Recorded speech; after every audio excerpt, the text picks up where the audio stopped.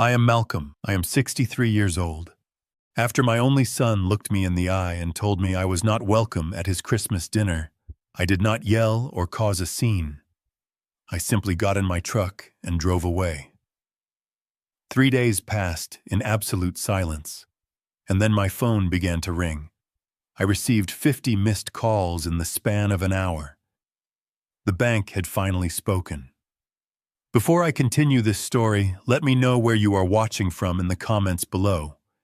Hit like and subscribe if you have ever had to stand up to family who underestimated your worth. The snow crunched heavily under my leather work boots as I walked up the long, winding driveway of the 4-bedroom suburban colonial.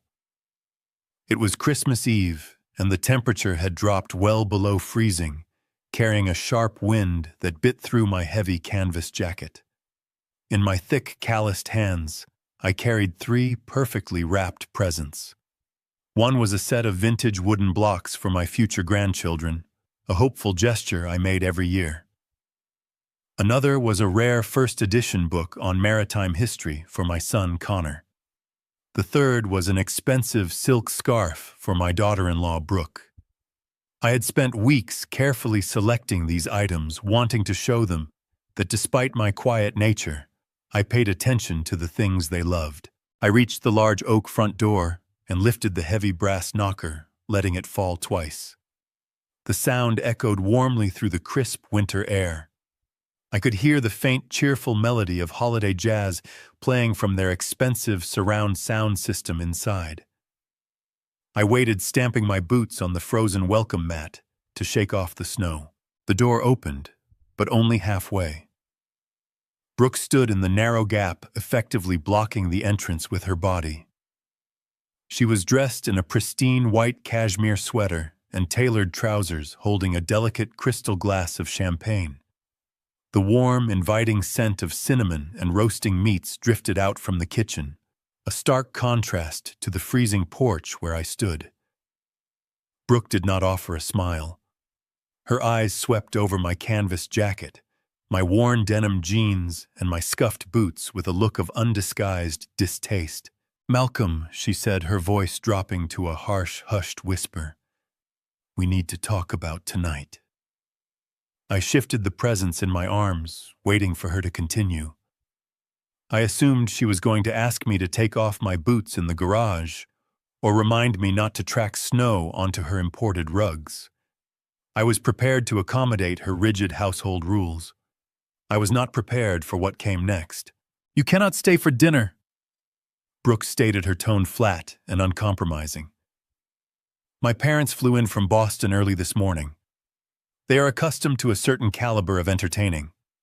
We are hosting a very upscale, elegant holiday dinner. Your whole blue-collar aesthetic, your quiet, brooding, your cheap clothes. It is just going to ruin the vibe we are trying to project. You do not fit in with them, Malcolm. It will be embarrassing for everyone." The words hung in the freezing air. For 40 years, I had worked as a commercial forensic accountant.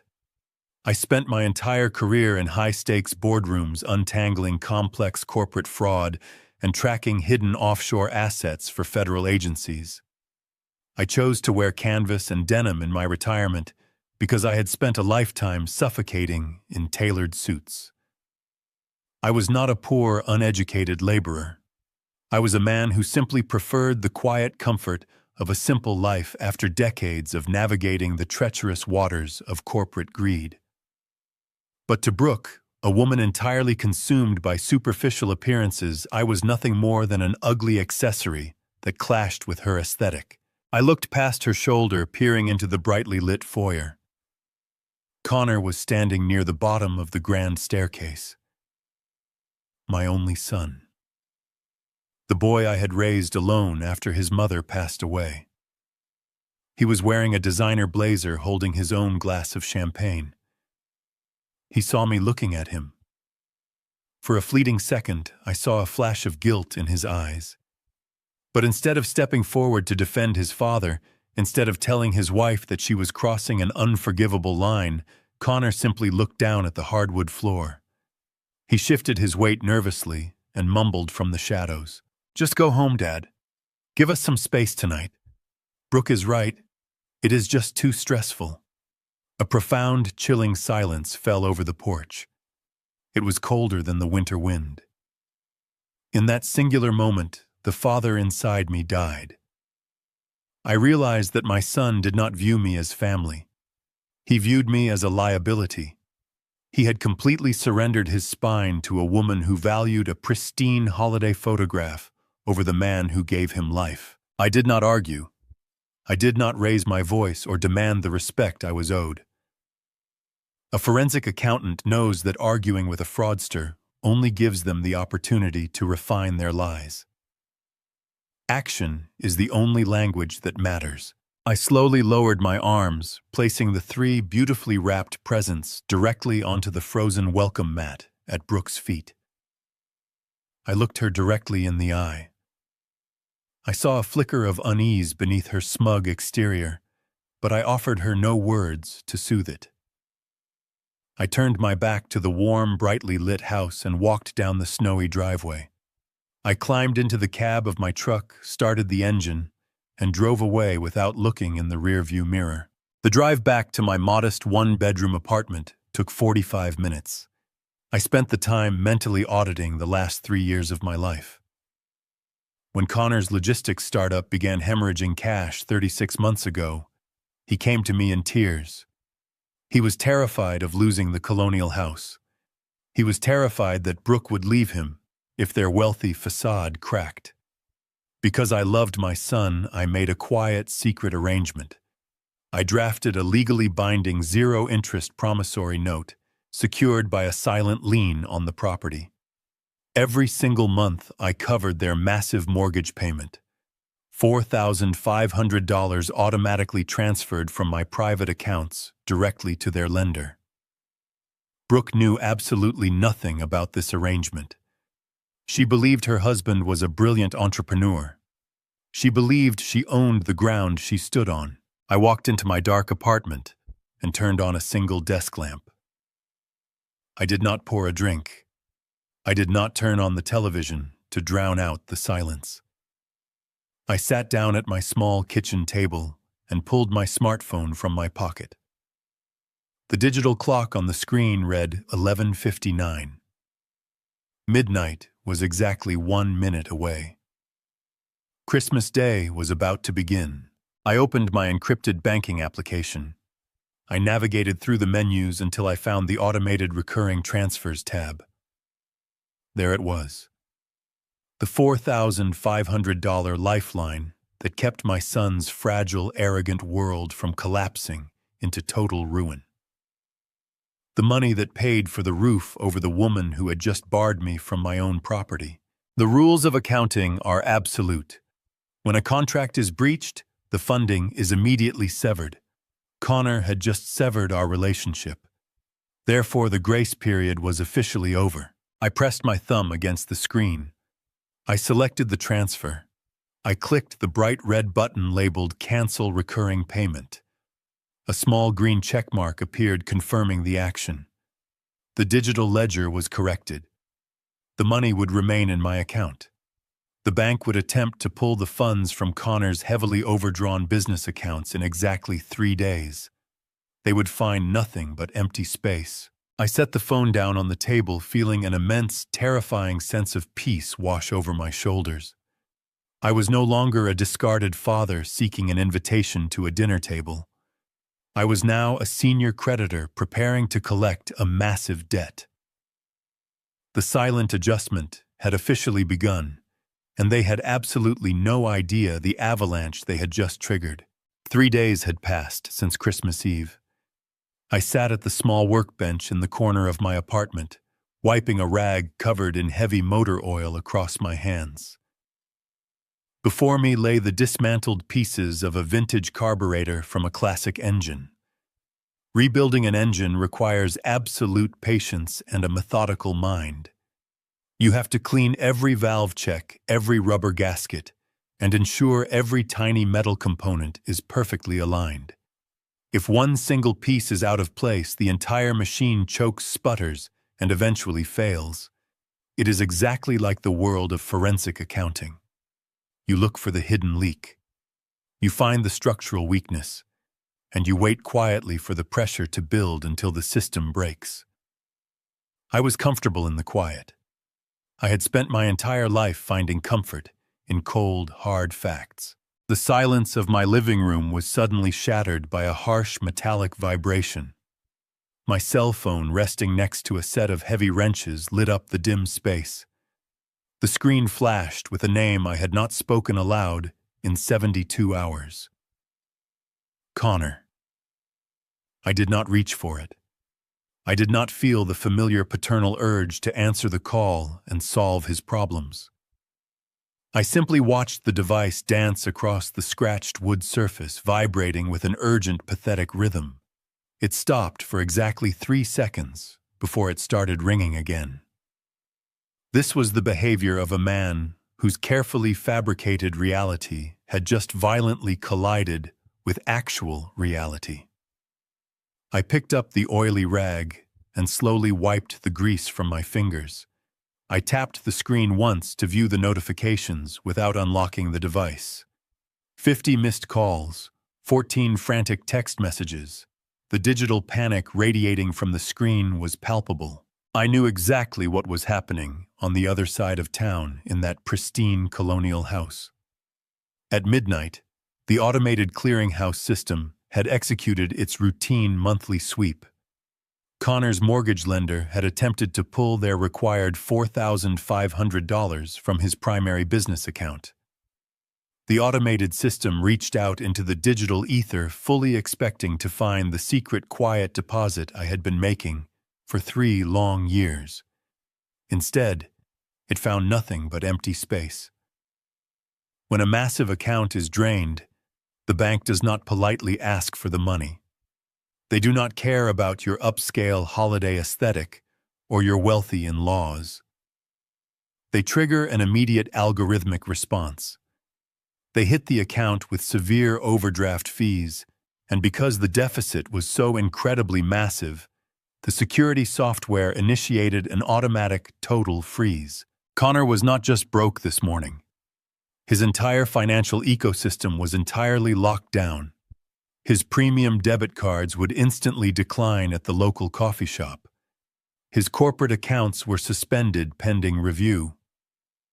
The illusion of his immense wealth had evaporated overnight, leaving him standing naked in the freezing cold of his own financial incompetence.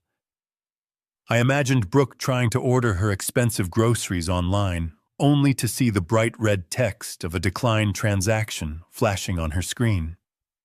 The thought brought me no joy, but it brought me a profound sense of absolute justice. The phone rang again, buzzing angrily against the steel tools.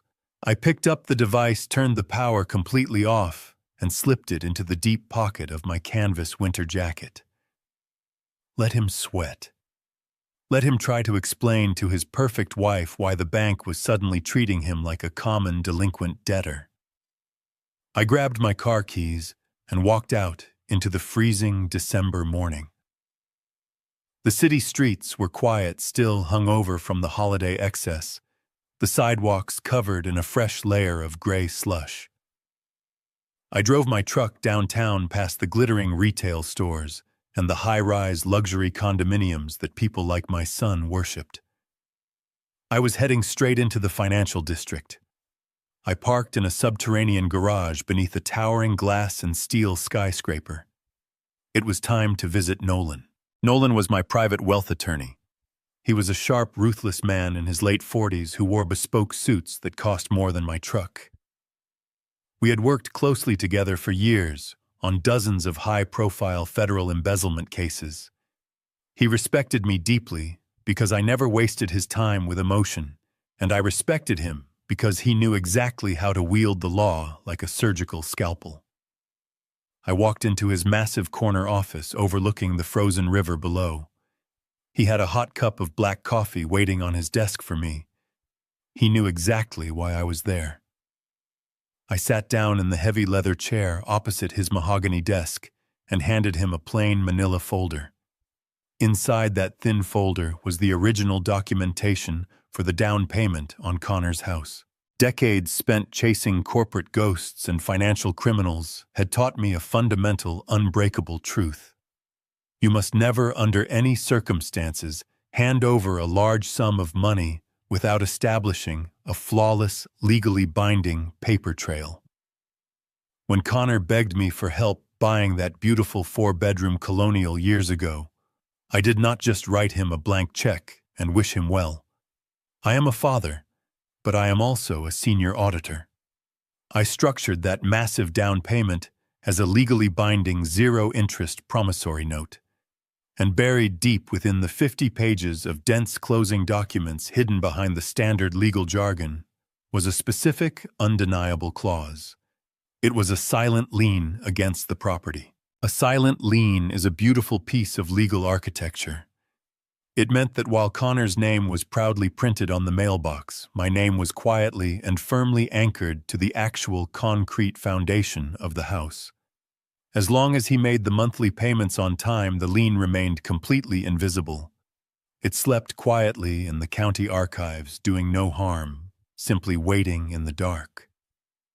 It was a safety net designed to protect my investment from his inevitable failures. But Connor had not made the payment. Because I stopped my secret financial subsidies, he had officially defaulted on his primary mortgage obligation. The terms of my promissory note were remarkably clear on this exact specific scenario. Any default on the primary loan immediately and automatically triggered the full activation of the silent lien. The grace period I had extended to him for his entire adult life was officially over. I looked at Nolan across the polished wood of his desk. I took a sip of the bitter black coffee. I told him to execute the clause. Nolan did not hesitate. He did not offer useless sympathy or ask me if I was absolutely sure I wanted to do this to my own flesh and blood. He understood the math of betrayal. He simply opened his secure laptop, accessed the county clerk encrypted portal, and began typing. The process took less than 15 minutes. Nolan uploaded the original signed promissory note, highlighted the specific default clause, and officially filed the public notice of the lien. I sat in the quiet office and listened to the rhythmic clicking of his keyboard. Every single keystroke was a steel nail being driven firmly into the coffin of Connor's arrogance. Nolan pressed the enter key and leaned back in his leather chair. It was done. The heavy paperwork was digitally stamped and fully processed by the county clerk. That beautiful, sprawling suburban colonial was no longer a pristine symbol of upscale status. In the cold, unforgiving eyes of the financial world, it was now classified as a toxic asset. It was legally and completely frozen. Connor could not sell the property to escape his debt. He could not refinance the mortgage to buy himself more time. He could not use the equity as leverage for another foolish business loan. Any bank, private lender, or title company who ran a basic background search would instantly see a massive predatory lien blocking any possible transaction. The house was a steel trap, and Connor was now locked securely inside it. I finished my coffee, shook Nolan by the hand, thanked him for his swift work, and took the elevator back down to the freezing parking garage. When I climbed back into the cab of my truck and turned my cell phone back on, a new voicemail icon immediately appeared on the screen. It was not another frantic, pleading message from my son. It was an automated voicemail from a premium local auto dealership. The cheerful, robotic voice thanked Connor for his recent inquiry regarding a luxury vehicle trade-in. I stared at the glowing dashboard, a cold, sharp realization settling deep in my chest. Connor was actively panicking. And when a lifelong fraudster panics, they always make critical mistakes. He was about to try and illegally liquidate assets he did not actually own. He was about to cross the line from a bad son into a federal criminal, and I was going to let him step right into the snare. I was standing at my kitchen counter measuring out coffee beans when the peace of my morning was violently shattered. The roar of a heavy engine echoed through the thin walls of my apartment complex. A second later, I heard the unmistakable sound of heavy tires crushing the frozen landscaping bushes right outside my front window. I did not rush to look. I carefully poured the ground coffee into the filter and pressed the brew button on the machine. Then the pounding started. Someone was hitting my front door so hard the hinges rattled against the doorframe. The knocking was not polite.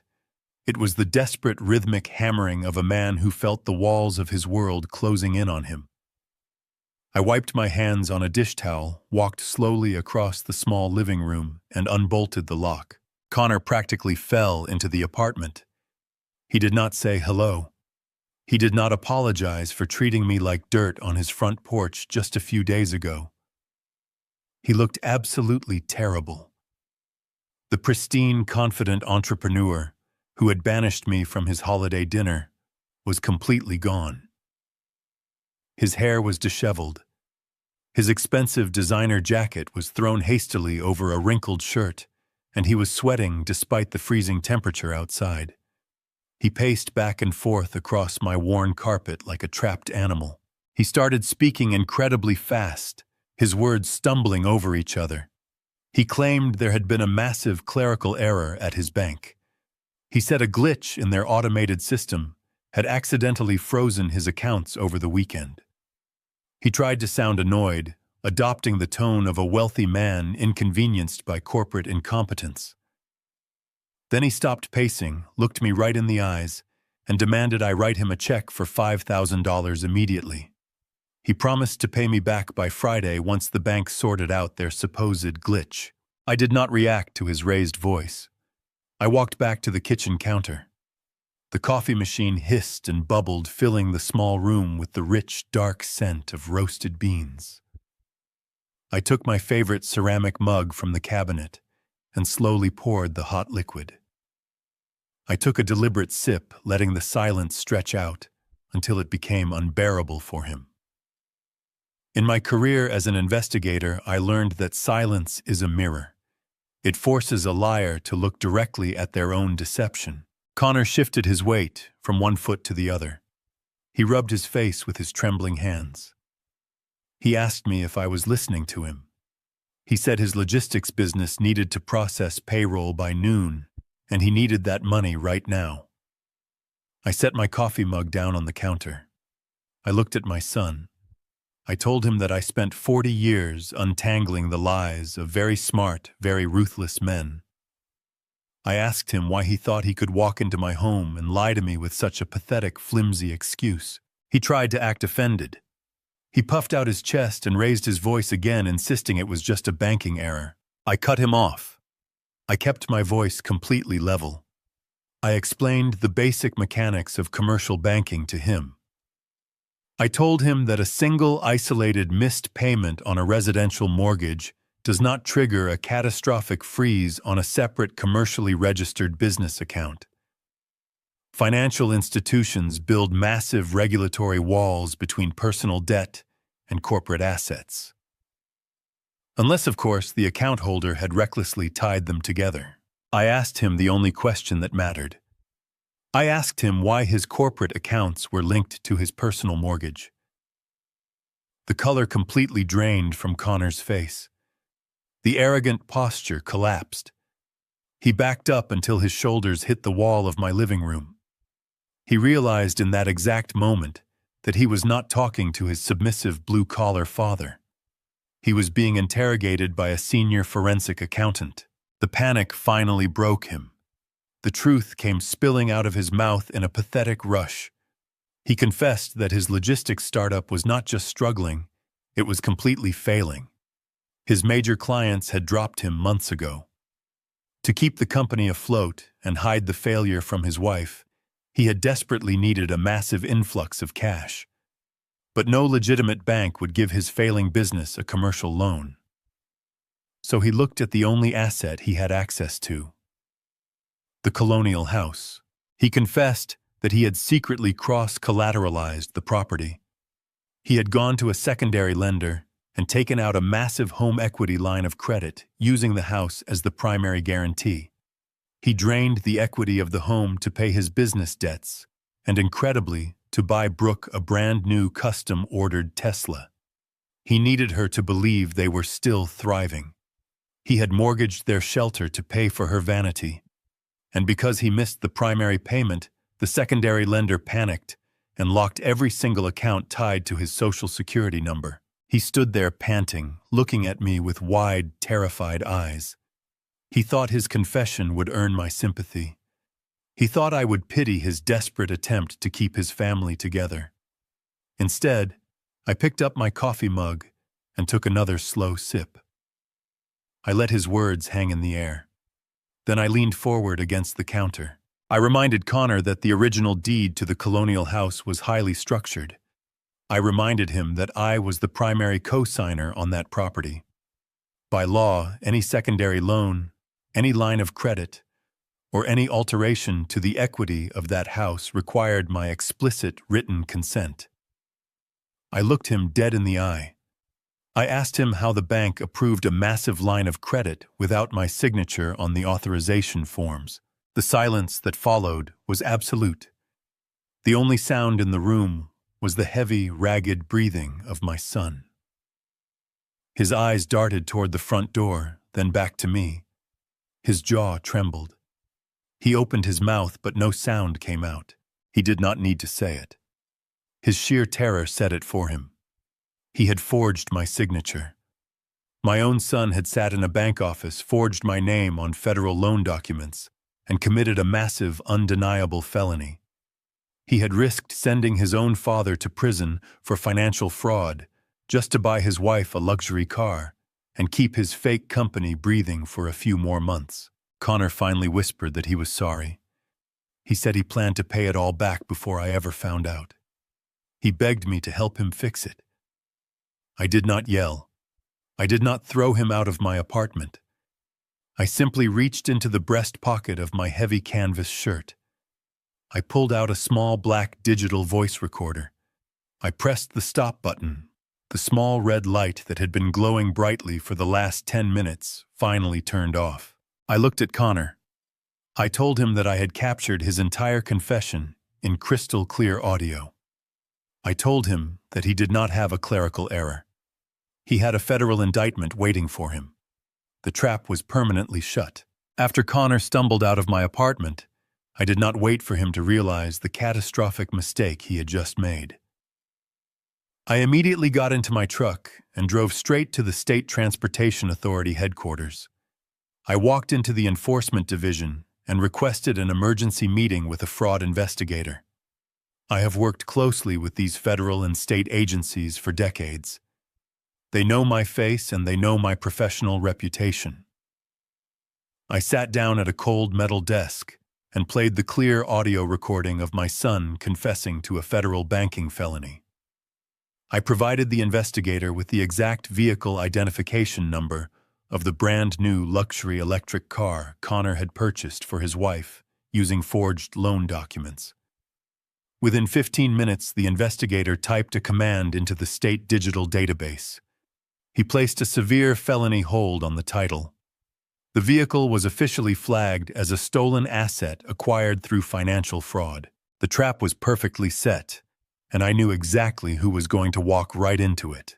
Across town, Brooke was completely unaware of the devastating confession her husband had just made to me.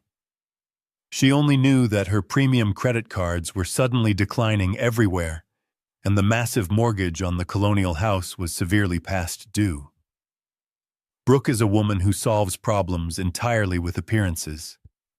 She believed she could simply rearrange the deck chairs on a sinking ship, and nobody would notice the water rising around them.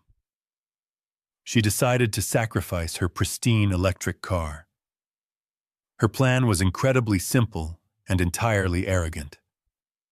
She would drive the vehicle to a premium auto dealership, trade it in for a slightly less expensive luxury lease, and pocket the massive cash difference to cover the missing mortgage payment.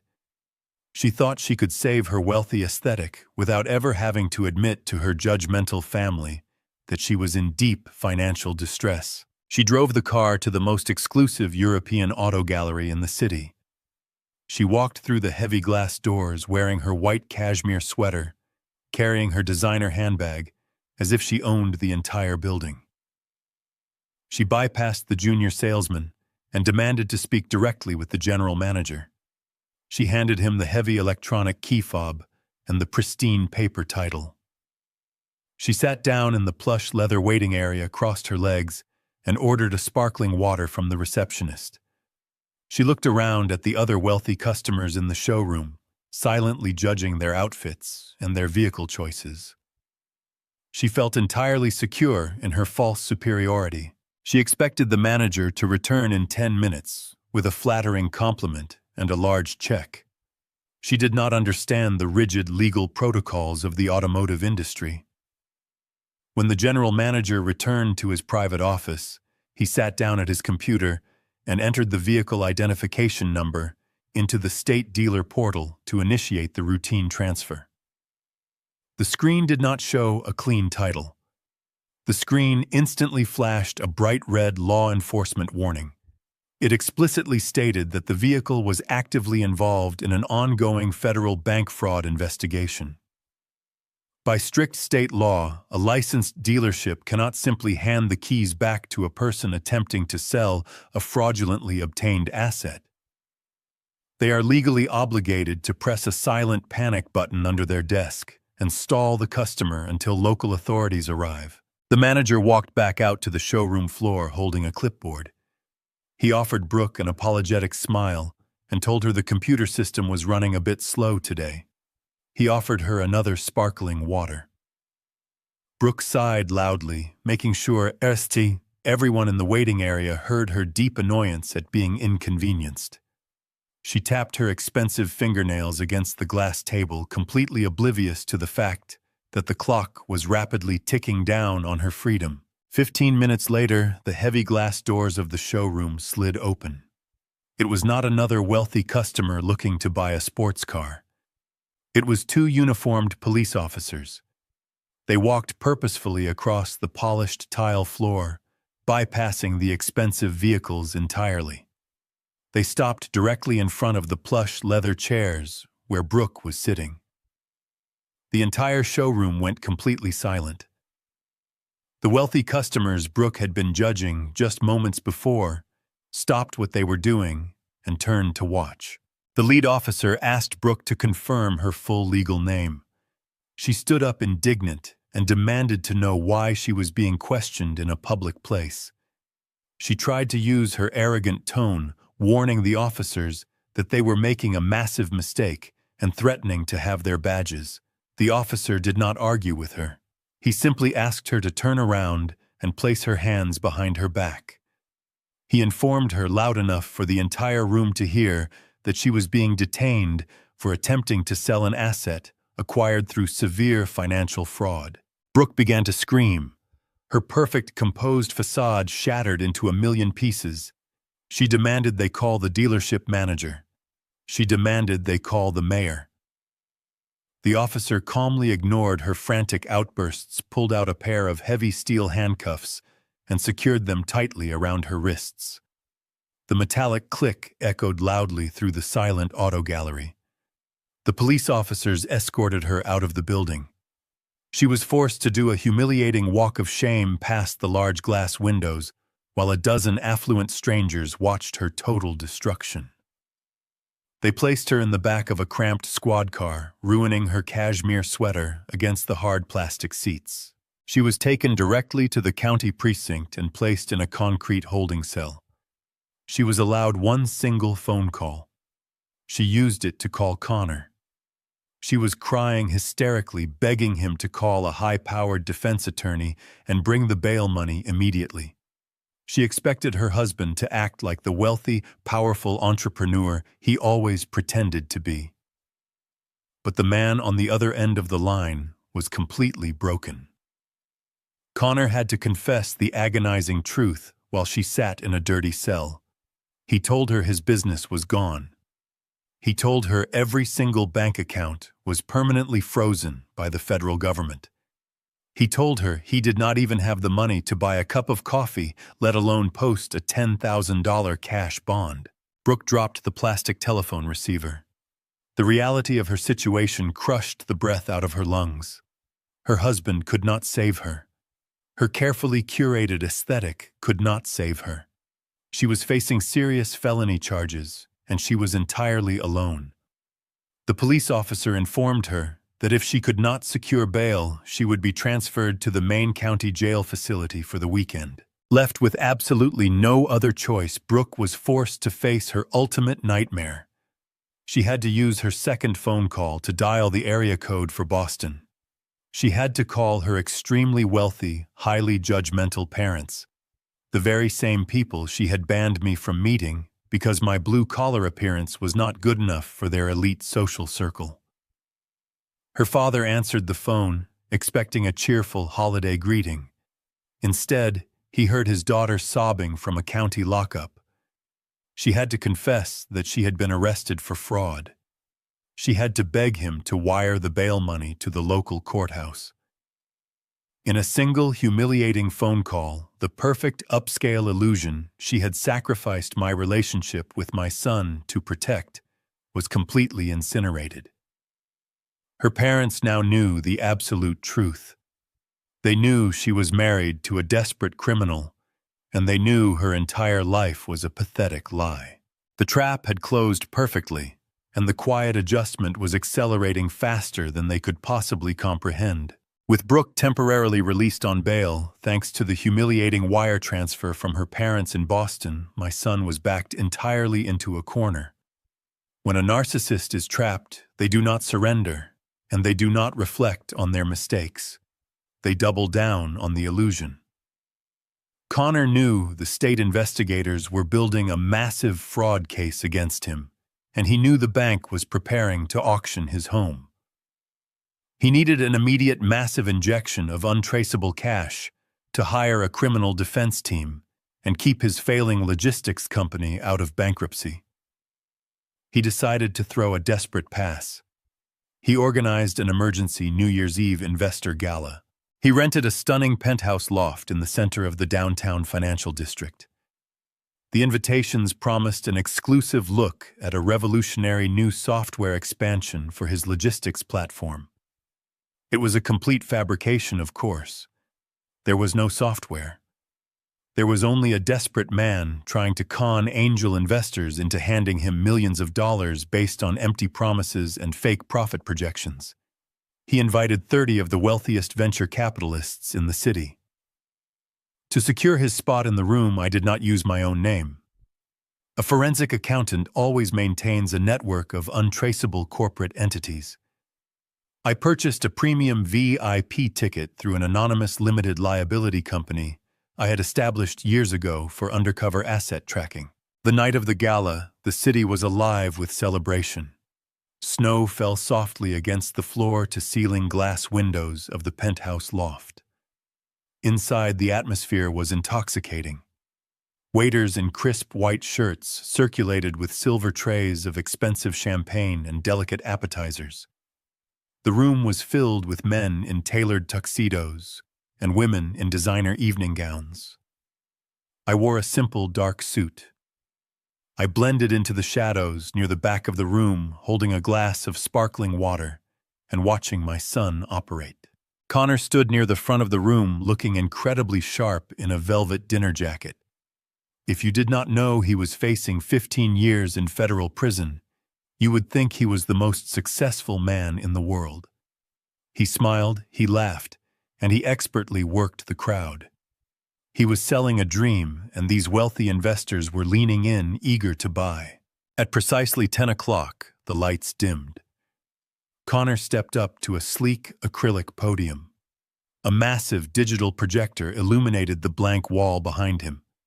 He began his presentation. He spoke eloquently about market share and revolutionary supply chain algorithms. He showed them beautifully designed graphs that displayed exponential growth. It was a masterclass in corporate deception. I watched him lie to 30 seasoned investors without a single drop of sweat on his brow. Then he made his fatal mistake. To reassure the investors of his personal financial stability and his commitment to the company, Connor projected a beautiful high-resolution photograph of the suburban colonial house onto the screen. He spread his arms wide and declared that his personal real estate portfolio was completely unencumbered and would serve as collateral for their initial investments. He was using the very house he had stolen from me, the house that was currently frozen by my lien, as the bait for his massive trap. That was my cue. I placed my glass of water on a passing waiter's tray and stepped out of the shadows. I walked slowly down the center aisle of the loft. My hard leather shoes clicked softly against the polished concrete floor. At first, nobody noticed me, but as I moved closer to the podium, the investors in the front rows began to turn their heads. They saw a man who did not fit the aesthetic of a glamorous New Year's Eve party. They saw a man walking with absolute, unshakable purpose. Connor was in the middle of a sentence about return on investment when he finally saw me. The words simply died in his throat. His charismatic smile vanished instantly, replaced by a mask of pure, unfiltered terror.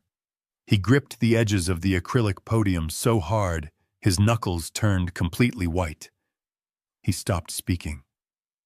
The sudden, heavy silence in the room was deafening. The investors murmured among themselves, confused by the sudden interruption. I did not stop to greet my son. I did not say a single word to him.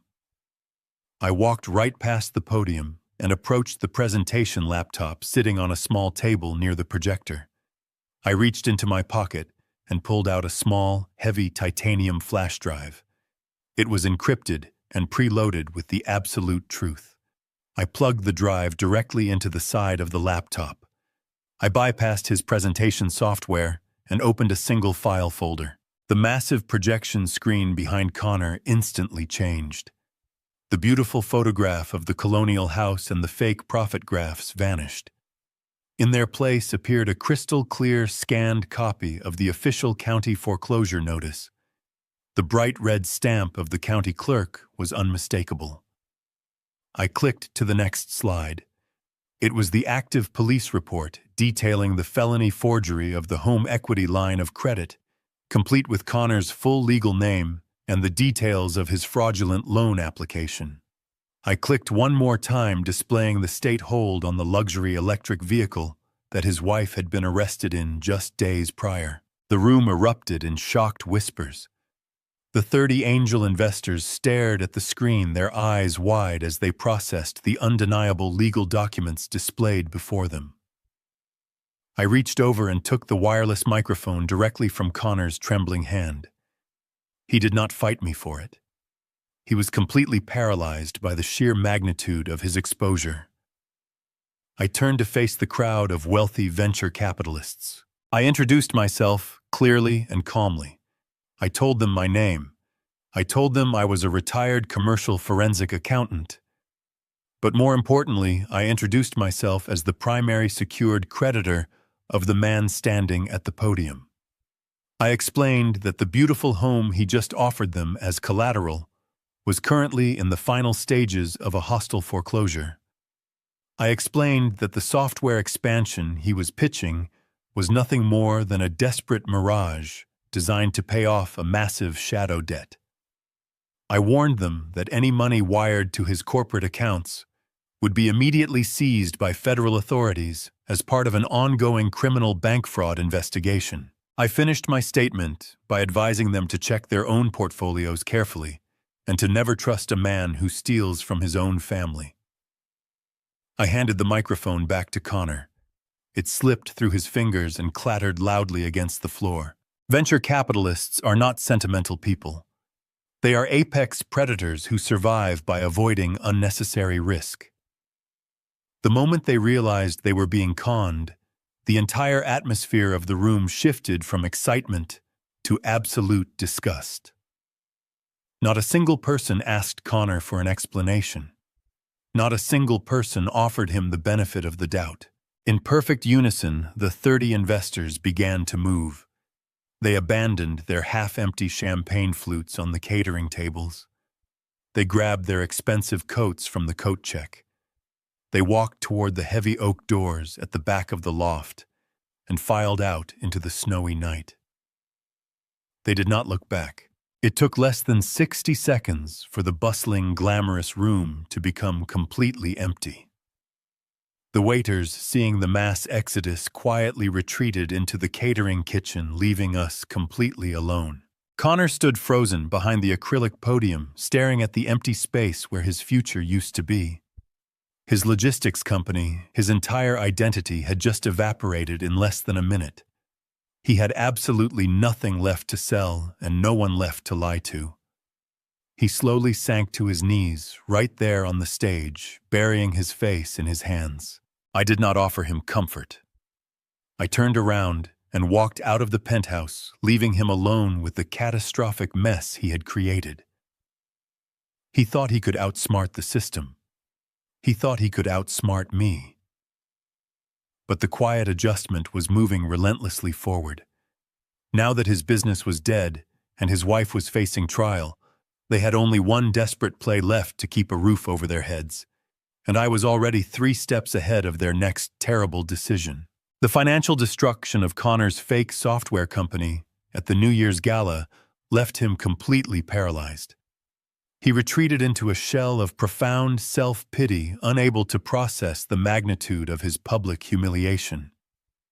But Brooke was an entirely different kind of animal. When her wealthy parents in Boston officially cut off her funding, she realized she was staring directly down the barrel of total poverty. The bank was moving swiftly toward a hostile foreclosure on the colonial house. She needed an immediate massive influx of cash to pay the arrears and stop the legal bleeding. Since her husband was entirely useless, she decided to take matters into her own hands. She looked at the beautiful, sprawling suburban home that was supposed to be her ultimate status symbol, and she saw a temporary gold mine. Brooke spent an entire afternoon taking highly edited, glamorous photographs of the property. She made sure to highlight the pristine chef's kitchen, the custom marble bathrooms, and the expansive master suite. She uploaded these pictures to a premium luxury vacation rental application. Her strategy was incredibly desperate, but logically sound. She planned to pack a few suitcases, force her husband to move into a cheap roadside motel on the edge of the city, and rent their beautiful house out to wealthy winter tourists. She set the nightly rate at a premium holiday price. She calculated that a month of solid bookings would generate enough cash to appease the bank and stall the foreclosure process just long enough to figure out a permanent escape plan. What Brooke completely failed to understand is that a forensic accountant never stops monitoring a compromised asset. I did not just walk away after the gala and hope for the best.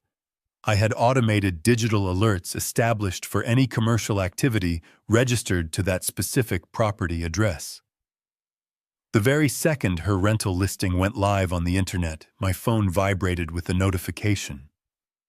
I opened the application and read her flowery description of the house. She described it as a peaceful, elegant family sanctuary designed for making warm memories. The irony was absolutely staggering. I sat at my kitchen table and studied the listing. I knew the property laws in this state flawlessly. The short-term rental market operates in a precarious legal gray area, but there is one absolute unbreakable rule regarding tenancy. If a guest books a property for more than 30 consecutive days, they are no longer legally considered a temporary visitor or a tourist. They cross a critical legal threshold.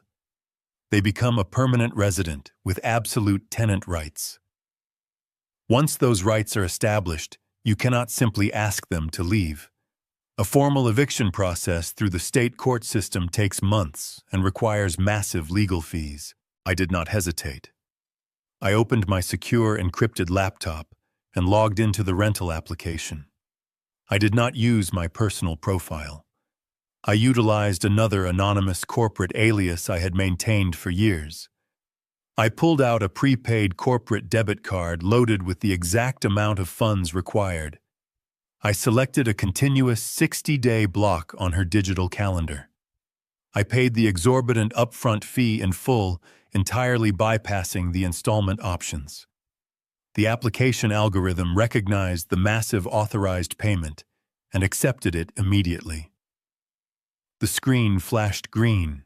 The booking was officially confirmed. Somewhere in a dingy motel room, Brooke probably cried tears of genuine joy. She likely thought a wealthy corporate executive had just miraculously saved her life. She had absolutely no idea she had just swallowed a poisoned hook. The rental period officially commenced the very next afternoon. I drove my truck up the long, snowy driveway. The property was completely silent. They had packed their immediate necessities and fled to their temporary squalor. I walked up to the heavy oak front door and entered the temporary digital access code Brooke had automatically provided through the application messaging system. The heavy deadbolt clicked open with a satisfying mechanical thud. I stepped inside the grand foyer. The house was exactly as pristine as she had photographed it. The first thing I did was walk directly to the central smart home control panel mounted on the living room wall. I accessed the security settings and completely wiped the digital memory. I deleted Connor and Brooke from the system entirely. I erased their fingerprints from the biometric scanner. I disabled their remote smartphone access.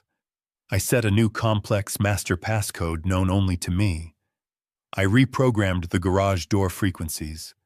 The house was now legally and physically locked down under my complete control. 2 days later, the inevitable happened. They drove up the driveway in a cheap, compact rental car. They needed to grab more heavy winter clothes from the master bedroom closets because the heating in their roadside motel was likely failing. I was waiting for them. I sat outside on the large wooden rocking chair on the sprawling front porch. I had a thick woolen blanket draped comfortably over my legs. A hot thermos of strong black tea rested on the small table next to me. The winter air was biting, but I felt completely warm. Connor walked heavily up the front steps first. He looked exhausted. He reached out for the digital keypad on the door. He punched in his familiar master code. A harsh red light blinked, and a low error buzzer sounded. He frowned, rubbing his face, and tried the combination again. The red light flashed twice. The buzzer sounded again. Brooke pushed past him, muttering under her breath about the freezing cold. She typed her own personal code with aggressive, quick jabs of her manicured finger. Denied. She hit the numbers harder, panic beginning to seep into her movements. I cleared my throat. The sound cut clearly through the freezing air. They both jumped and spun around instantly. They finally noticed me sitting quietly in the shadows of the porch. Connor took a step back, demanding to know what I was doing on his property and why the electronic lock was malfunctioning. Brooke just stared at me, her eyes wide with sudden, terrifying realization. I slowly reached into the deep pocket of my heavy canvas jacket. I pulled out a thick stack of freshly printed papers. It was the legally binding, digitally verified lease agreement generated directly from the rental platform. I did not raise my voice. I spoke to them using very small, very clear words. I explained that my corporate entity had rented the property for a continuous period of 60 days. I recited the specific state residency laws regarding long-term rentals.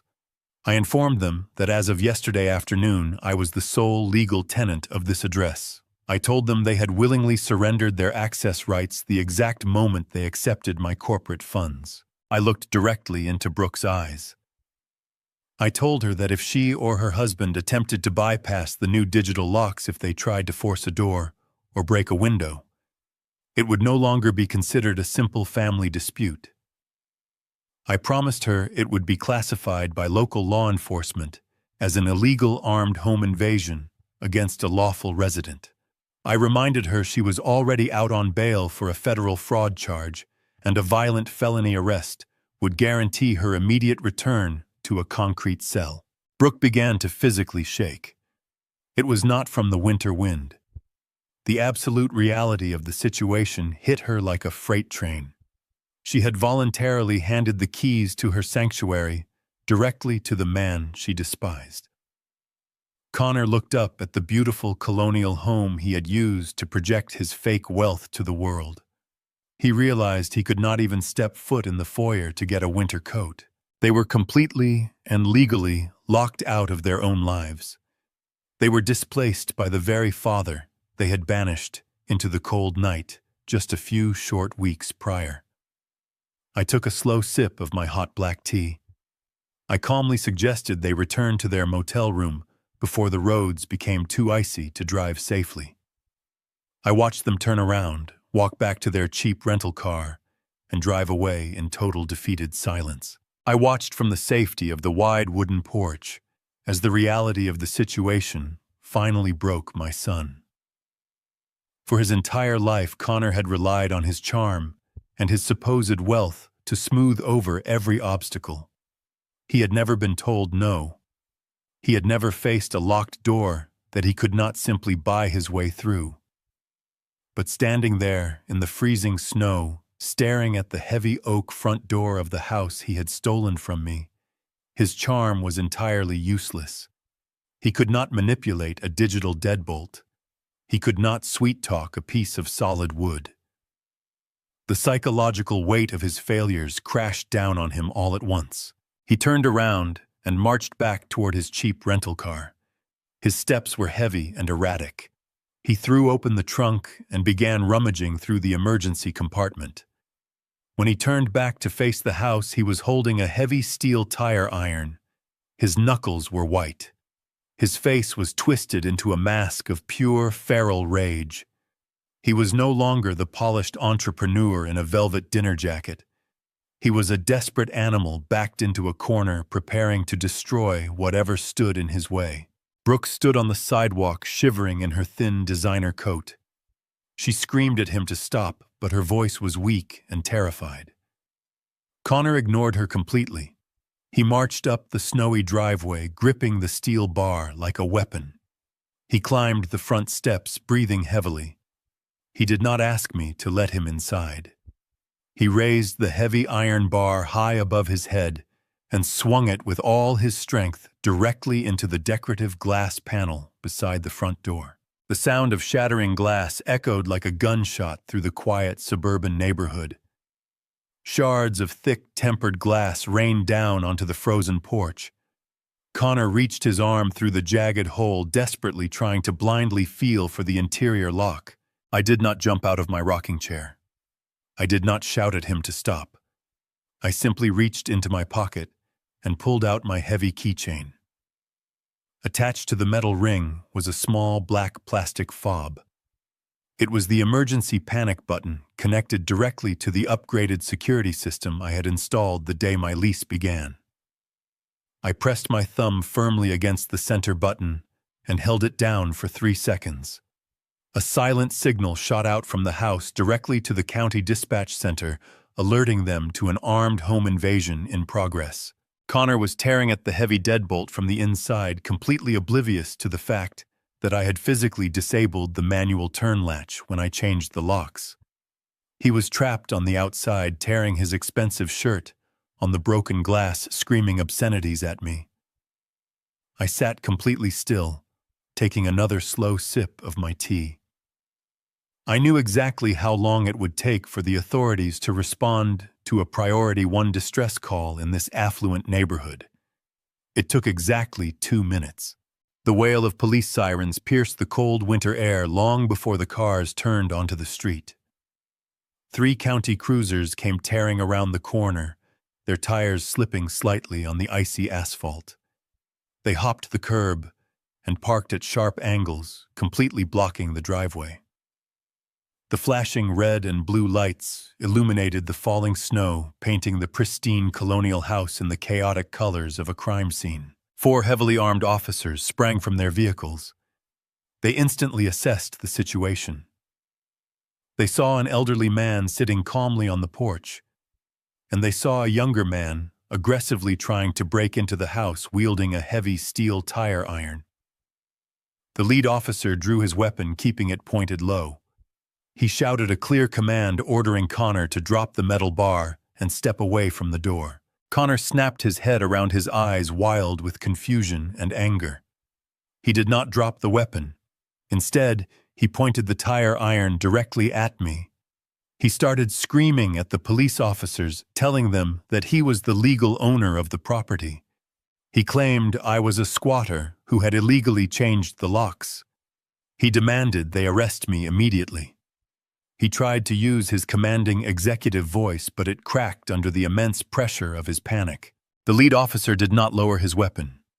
He repeated his command, his voice significantly louder and more authoritative.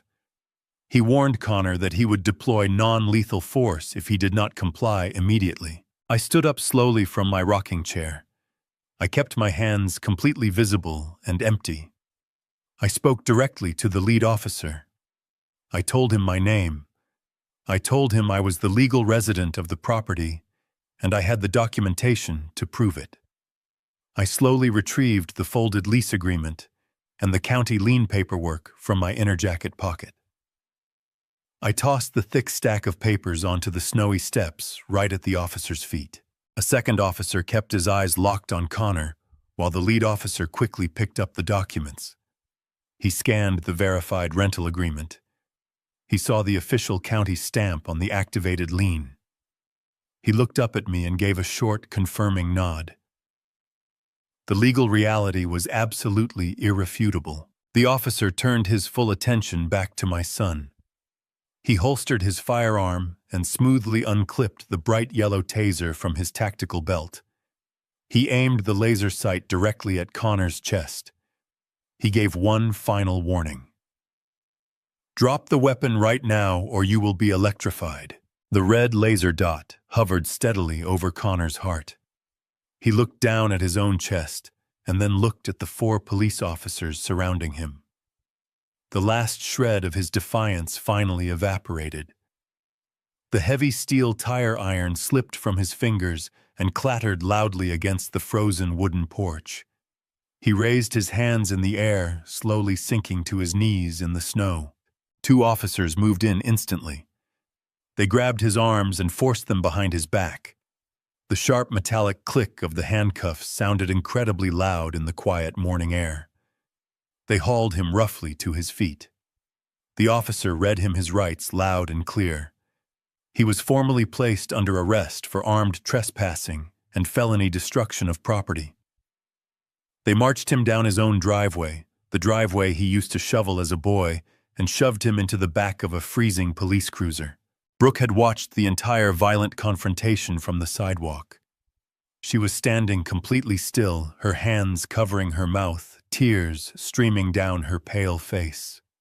Her husband, the man who promised her a life of endless luxury, was now locked in the back of a police car like a common street criminal.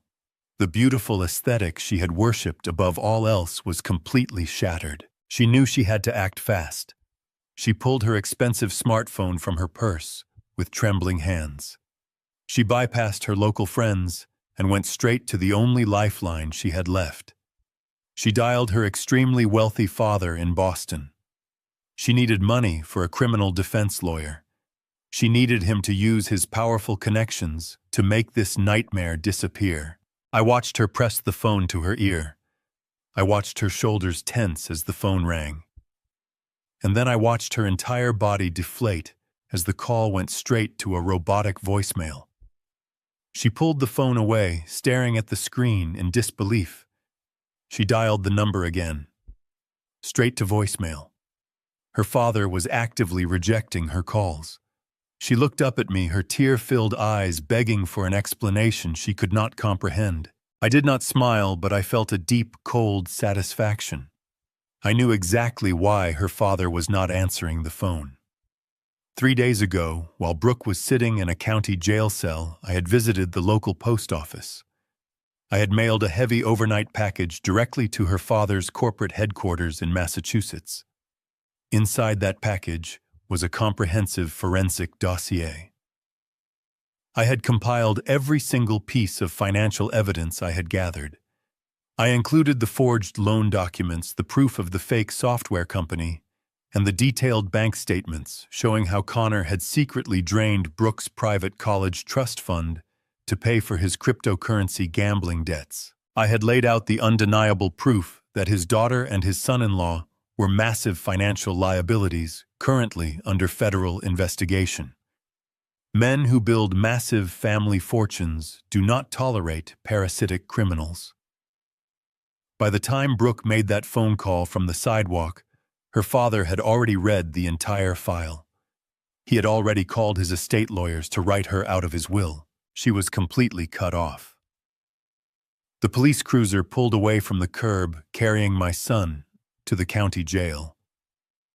Brooke was left standing alone in the snow, holding a useless phone with absolutely nowhere to go. I turned around, walked back inside the warm house, and locked the new deadbolt behind me.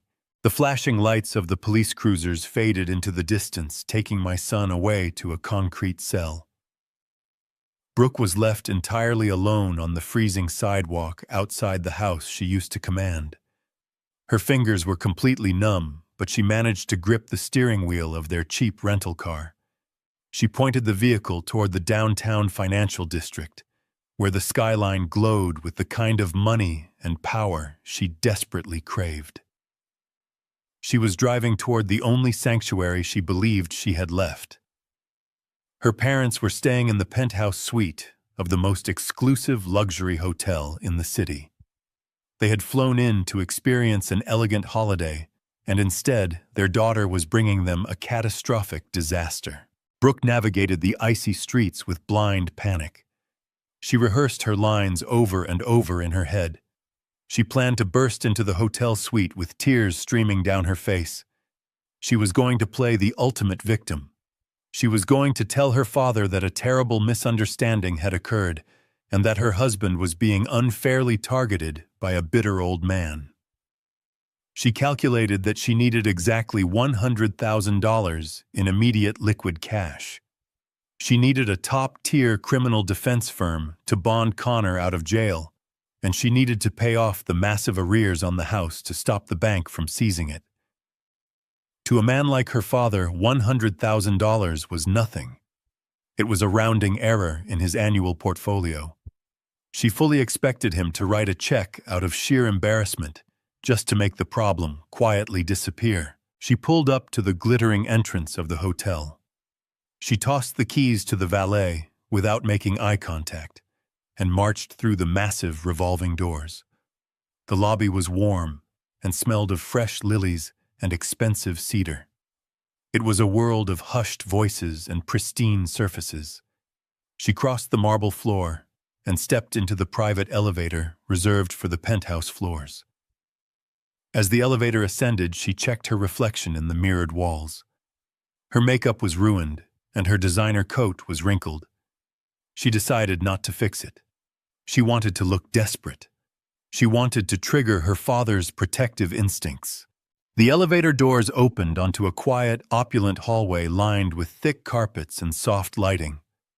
Brooke walked down the corridor and stopped in front of the heavy double doors of the presidential suite. She took a deep breath, summoned fresh tears to her eyes, and knocked frantically on the polished wood. She expected her mother to open the door with a look of maternal concern. She expected to be ushered inside and handed a glass of expensive wine. But the door only opened a few inches. Her father stood in the threshold. He was wearing a tailored suit, looking completely composed, but his face was a mask of absolute coldness. He did not look at her with the eyes of a loving parent. He looked at her the way a corporate raider looks at a bankrupt competitor. Brooke opened her mouth to begin her rehearsed speech. She started sobbing and reached out to hug him. Her father took a deliberate step backward, effectively blocking her from entering the warm suite. He raised his right hand to stop her. In his left hand, he was holding a thick, bound stack of papers. It was the comprehensive forensic accounting dossier I had mailed to his corporate headquarters 3 days prior. Brooke stopped crying. She stared at the thick file in his hand, and a cold knot of dread formed in her stomach. Her father did not ask if she was okay. He did not ask why her husband had just been arrested on his own front lawn. He simply opened the heavy file to a page he had marked with a red tab. He looked his daughter dead in the eye and began to read the numbers aloud. He told her that he had spent the last 3 hours reviewing the financial history of her perfect marriage. He bypassed the forged home equity line of credit. He bypassed the fake logistics software company. He went straight to the deepest, most personal betrayal. He pointed his finger at a specific spreadsheet I had carefully compiled. It was the complete transaction history of Brooke's private college trust fund. When Brooke graduated, her father had left a substantial amount of money in a high-yield account meant to serve as her ultimate safety net. It was untouched for years. But my dossier contained the undeniable digital footprint showing exactly what Connor had done. Over the course of 18 months, Connor had systematically drained that private account. He had forged her authorization and siphoned the money into offshore cryptocurrency exchanges. He had literally gambled away her family money to cover his own massive financial failures. And he had done it all while smiling at her across the dinner table, buying her expensive gifts with her own stolen funds. Brooke stood in the hallway completely paralyzed. The breath left her lungs. She tried to formulate a sentence, but the betrayal was too massive to comprehend. Her perfect husband had not just stolen from his father. He had parasitically drained her as well. She looked up at her father silently, begging for his protection. She whispered that she had no idea. She pleaded for the $100,000, telling him they could fix this if they just hired the right lawyers. Her father closed the dossier with a sharp, heavy snap. The sound echoed down the quiet, luxurious corridor. He looked at the daughter he had raised, the daughter who valued aesthetic and status above all human connection. He delivered his final verdict with absolute corporate precision. He told Brooke that he did not build a multi-million-dollar empire by throwing good money into a criminal sinkhole. He explained that her husband was a toxic asset who was currently facing federal prison time. And then he delivered the ultimate blow. He calmly informed her that he had spent the morning on a conference call with his estate lawyers in Boston. He had formally instructed them to restructure the entire family trust. He was officially writing her out of his will. He told her that she was no longer an heir to his legacy. She was a liability. She had chosen a life of shallow illusions over substance, and she had married a reckless criminal because he looked good in a velvet jacket. He refused to let her poor judgment contaminate the family fortune. He told her she would not receive a single dollar for a defense lawyer. She would not receive a dime to save the house. She was completely and permanently severed from the bloodline. Brooke reached out her hand, begging him to listen. She promised she would divorce Connor immediately. She promised she would do whatever he wanted. Her father looked at her with pure indifference. He told her she was finally experiencing the real world. He told her to learn how to survive in it. He stepped back into the suite and pulled the heavy double doors shut. The lock clicked with finality. Brooke was left standing completely alone in the silent, opulent hallway. The thick carpet beneath her feet and the soft golden lighting above her offered no warmth. She had absolutely no money to her name. Her husband was locked in a concrete cell. She had no home to return to because I controlled the locks. And now the wealthy family she had so fiercely protected, the elite status she had sacrificed my relationship with my son to maintain, had utterly and permanently rejected her. She slid slowly down the heavy wooden door until she was sitting on the floor of the hallway. She wrapped her arms around her knees and stared blankly at the expensive wallpaper. The aesthetic she had worshipped her entire life had finally revealed its true face. It was entirely hollow. The quiet adjustment was reaching its devastating peak, and the crushing weight of reality had finally broken her. The winter morning was exceptionally quiet. I decided to leave the property for just 1 hour to buy groceries. I locked the heavy deadbolt behind me and drove my truck down the snowy streets. I knew Connor was out on bail. I knew his wife had been completely cut off by her wealthy father. When you back a rat into a corner, it does not gracefully accept defeat. It lashes out blindly, trying to chew its way through solid concrete. Connor was entirely out of options. His fake company was dead. His bank accounts were frozen. He needed hundreds of thousands of dollars to pay off the forged home equity line of credit before the federal prosecutors finalized their case against him. He needed a miracle. And since miracles do not exist for men like him, he decided to manufacture one. While I was walking down the aisles of the local supermarket, my son crept through the snow-covered bushes of his own backyard. He was trespassing on the property he no longer had a legal right to enter. He did not come to the front door to beg for forgiveness. He came to the back of the house with a heavy metal hacksaw hidden inside his coat. He found the exterior access panel that led to the primary plumbing lines. These were the thick copper pipes that fed directly upward into the massive custom marble master bathroom on the second floor. That bathroom was the crown jewel of the house. It was the room Brooke loved showing off to her elite friends. Connor jammed the sharp teeth of the hacksaw against the cold copper pipe and began to cut. He sawed through the metal with frantic, desperate energy. He wanted to cause catastrophic damage. His goal was to flood the entire second floor and let the water completely destroy the expensive hardwood ceilings of the living room below. He wanted to file a massive emergency insurance claim. He calculated that a total loss on the interior of the home would generate a check large enough to pay off his fraudulent debt and keep him out of prison. He was literally destroying his own shelter to save his skin. When the pipe finally snapped, the freezing water erupted under immense pressure.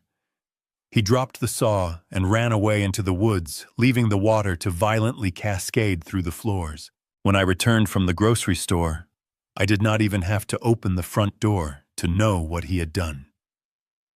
I could hear the heavy rush of water pouring down the grand wooden staircase. I walked into the foyer and looked up. The beautiful, pristine ceiling Brooke had spent thousands of dollars decorating was sagging and discolored. Water was raining down onto the expensive imported rugs, ruining them instantly. The damage was spectacular. A normal homeowner would have fallen to their knees in absolute despair. They would have frantically dialed emergency services and cried over the loss of their beautiful home. I am not a normal homeowner. I am a forensic accountant. I do not panic when I see destruction. I look for the motive. I walked calmly to the main water shutoff valve in the garage and turned the heavy iron wheel, stopping the flow. The house fell completely silent, except for the steady dripping of ruined drywall. I did not clean up the mess. I let it sit exactly as it was. I wanted the insurance company to see the full extent of the devastation. The very next morning, a senior claims adjuster arrived at the property. He parked his compact car in the driveway and walked up to the porch holding a digital tablet. He knocked on the door, expecting to console a devastated victim. He expected me to be frantic and eager to receive a massive settlement check. I opened the door and offered him a polite nod. I invited him inside. He stepped into the foyer and gasped. He looked at the ruined ceilings, the warped hardwood floors, and the soaked furniture. He immediately started typing notes into his tablet, shaking his head at the sheer magnitude of the water damage. He asked me when the pipe burst, and if I had any idea what caused such a catastrophic plumbing failure. I told him I knew exactly what caused it. But instead of acting like a helpless victim, I asked him to follow me. I did not take him upstairs to look at the broken pipe in the master bathroom. I led him past the dripping staircase and walked him directly down into the dark, unfinished basement. The adjuster looked confused. He asked why we were going to the utility room when the damage clearly originated on the second floor. I told him that I spent 40 years tracking corporate criminals. I explained that a man with my background never takes control of an asset without establishing absolute surveillance. The very day I signed the lease and took over the property, I did not just change the electronic locks on the doors. I spent an entire afternoon installing high-definition motion-activated trail cameras in every single blind spot surrounding the house. I hid them in the eaves. I hid them in the landscaping. And I hid one directly pointed at the exterior plumbing access panel. We stood in the dim light of the basement. I pulled my own tablet from my jacket pocket. I opened the secure application connected to my hidden camera network. I handed the device to the insurance adjuster. I told him to press play. The screen lit up with pristine 4,000 pixel resolution video. It was stamped with the exact date and time. The adjuster watched in absolute silence as the clear footage showed Connor creeping through the snow. He watched my son pull the hacksaw from his coat. The microphone on the camera was incredibly sensitive. It captured the harsh grating sound of the metal teeth slicing through the copper pipe. It captured the exact moment the water exploded outward, soaking Connor's jacket, before he scrambled away like a frightened child. The adjuster slowly lowered the tablet. He looked at me with wide eyes, completely stunned by what he had just witnessed. He was accustomed to dealing with desperate homeowners trying to inflate their claims. He was not accustomed to a homeowner handing him undeniable, perfect evidence of premeditated felony sabotage. I asked him what the official policy was regarding intentional property destruction. The adjuster cleared his throat. He tapped a few buttons on his own screen. He told me that intentional sabotage by the property owner or their immediate family members constitutes a direct violation of the policy terms. He officially voided the massive insurance claim right there in my basement. Not a single penny would be paid out for the water damage. But the financial denial was only the beginning. The adjuster explained that by state law, he was legally obligated to forward this clear evidence directly to the State Insurance Fraud Bureau. The insurance company was going to file criminal charges against my son. Connor thought he was brilliant. He thought he had found a chaotic loophole to escape the federal prosecutors and save himself from ruin. He thought he could outsmart the bank, the law, and his own father. Instead, his desperate act of vandalism had just triggered a second, completely separate felony charge. He was already facing massive prison time for forging the home equity line of credit. Now he was going to be prosecuted by a massive corporate insurance entity with infinite legal resources. I walked the adjuster back up the stairs and let him out the front door. The house was cold and damp, but I felt incredibly satisfied.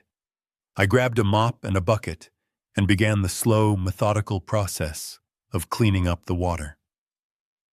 The trap I had set for my son was no longer just a snare. It was a concrete vault, and he had just personally locked the final door from the inside. He had nowhere left to run. And the bank was still coming for the house. The machinery of commercial banking is entirely devoid of emotion. Once the foreclosure process begins, it moves forward like a massive, unstoppable glacier. The bank officially scheduled the colonial house for a public auction. It was set to be sold on the steps of the county courthouse to the highest bidder. For a normal man, this would be the final devastating chapter of a long, painful failure. But my son was not a normal man. He was a cornered narcissist who still believed he was the smartest person in any room. He assumed he could find a back door out of his own destruction. I knew exactly what he was going to do. In the world of real estate foreclosure, there is a desperate gray market. When traditional banks close their doors, disgraced borrowers turn to shadow lenders. These are hard money men who operate entirely outside the boundaries of federal regulation. They charge exorbitant interest rates, and they demand massive upfront retainer fees in unrecorded cash. Connor found one of these predators.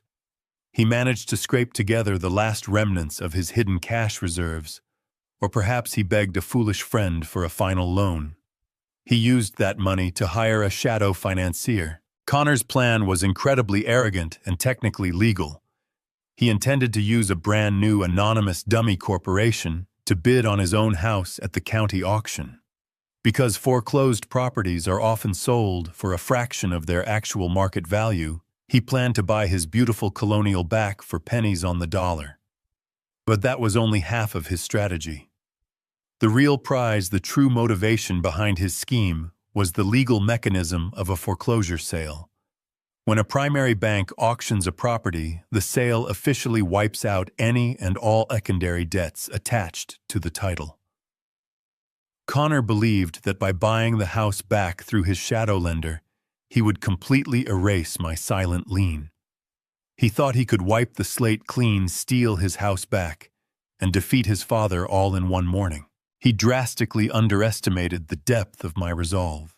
2 days before the scheduled auction, I sat in the quiet mahogany office of my attorney Nolan. I drank my black coffee and instructed him to prepare the most aggressive financial maneuver available in corporate law. I was no longer satisfied with holding a secondary lien. A lien is simply a lock on the door. I wanted to own the entire building. I told Nolan I wanted to execute a direct buyout of the primary mortgage note from the commercial bank. Nolan stopped typing and looked at me. He explained that buying a primary note in default requires an immense amount of immediate liquid capital. The bank would not negotiate. They would demand the entire remaining balance of the original mortgage paid in full in certified funds. I nodded slowly. I had spent 40 years working as a forensic accountant, living a quiet, modest life in a small apartment, driving an old truck. I never took expensive vacations.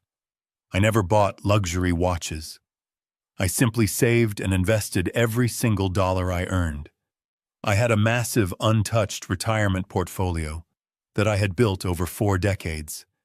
I picked up my phone and called my broker. I ordered the immediate liquidation of my entire life savings. It was a staggering amount of money. It was the financial security I had painstakingly built for my old age. But I transferred it directly into Nolan's escrow account without a single second of hesitation. By the end of the business day, Nolan had contacted the commercial lender's legal department. Banks do not care who holds the debt as long as their ledger is balanced. When Nolan offered them a massive wire transfer to cover the entire defaulted mortgage, they eagerly accepted. We signed the transfer documents in digital ink. The transaction was completely silent and absolutely lethal. I did not just hold a lien against my son anymore. I owned the entire debt. I was the bank. The morning of the public auction arrived bitterly cold and completely overcast. The wide concrete steps of the county courthouse were crowded with professional real estate investors holding clipboards and drinking hot coffee from paper cups. I stood quietly in the back of the crowd wearing my heavy canvas jacket. Nolan stood right beside me holding a pristine leather briefcase. We watched the street waiting for the final act of Connor's foolish play to begin. Connor arrived 10 minutes before the bidding was scheduled to start. He walked up the courthouse steps with a smug, confident smirk on his face. He truly believed he had outsmarted everyone. Walking right next to him was his shadow lender. The man was dressed in a sharp, expensive suit, but he had the rough, violent posture of a street enforcer. He carried a heavy metal briefcase undoubtedly filled with the certified cashier's checks Connor planned to use for his dummy corporation bid. Connor looked around the crowd, searching for me. He wanted me to be there. He wanted me to watch him buy his house back and wipe out my lien. When he finally spotted me standing in the back, his smirk widened into a wide, arrogant smile. I did not smile back. I just waited. At exactly 9 o'clock, the county auctioneer stepped up to the wooden podium at the top of the stairs. He adjusted the microphone and began reading the official docket for the morning sales. He listed the addresses, the lot numbers, and the starting bids. The crowd grew quiet, preparing their numbers. The auctioneer flipped to the second page of his ledger. He looked down at the paper, paused for a moment, and then looked out over the crowd.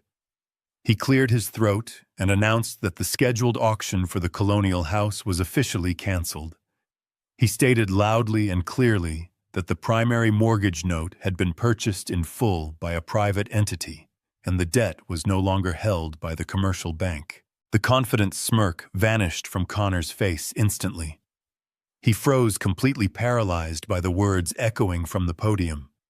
He turned his head slowly to look at me. I stepped forward out of the crowd. Nolan opened his leather briefcase and pulled out the certified transfer documents. He held them up so Connor and his shadow lender could clearly see the thick red corporate seals. I did not have to say a single word. The paperwork spoke with absolute, terrifying authority. I owned the house. I owned the debt. The auction was dead. The shadow lender was a ruthless man who survived by minimizing his personal risk. He took one look at the certified documents in Nolan's hand and immediately understood the catastrophic situation. Connor had promised him a clean, easy foreclosure sale. Connor had lied. He had dragged this dangerous man into a highly personal, toxic financial war without disclosing the true nature of the adversary.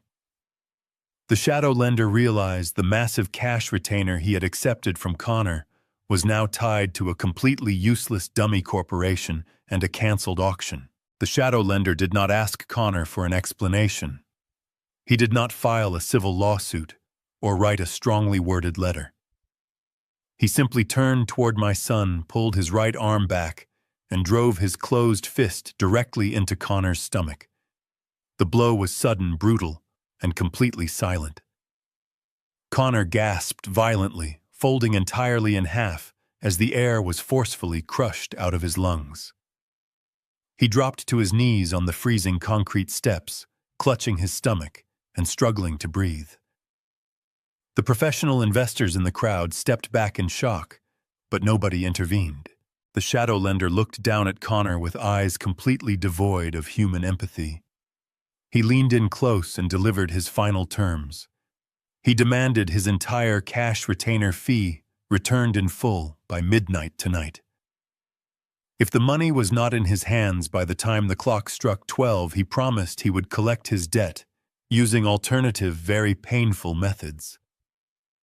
The man straightened his suit, turned his back on my gasping son, and walked down the courthouse steps, disappearing into the busy morning traffic. Connor remained on his hands and knees, shivering on the cold concrete. He coughed violently, trying to pull the freezing air back into his lungs. He had no money left. He had no business. His wife had abandoned him to his fate, and now he owed a massive, untraceable debt to a violent predator with a midnight deadline. I watched him suffer for a few moments.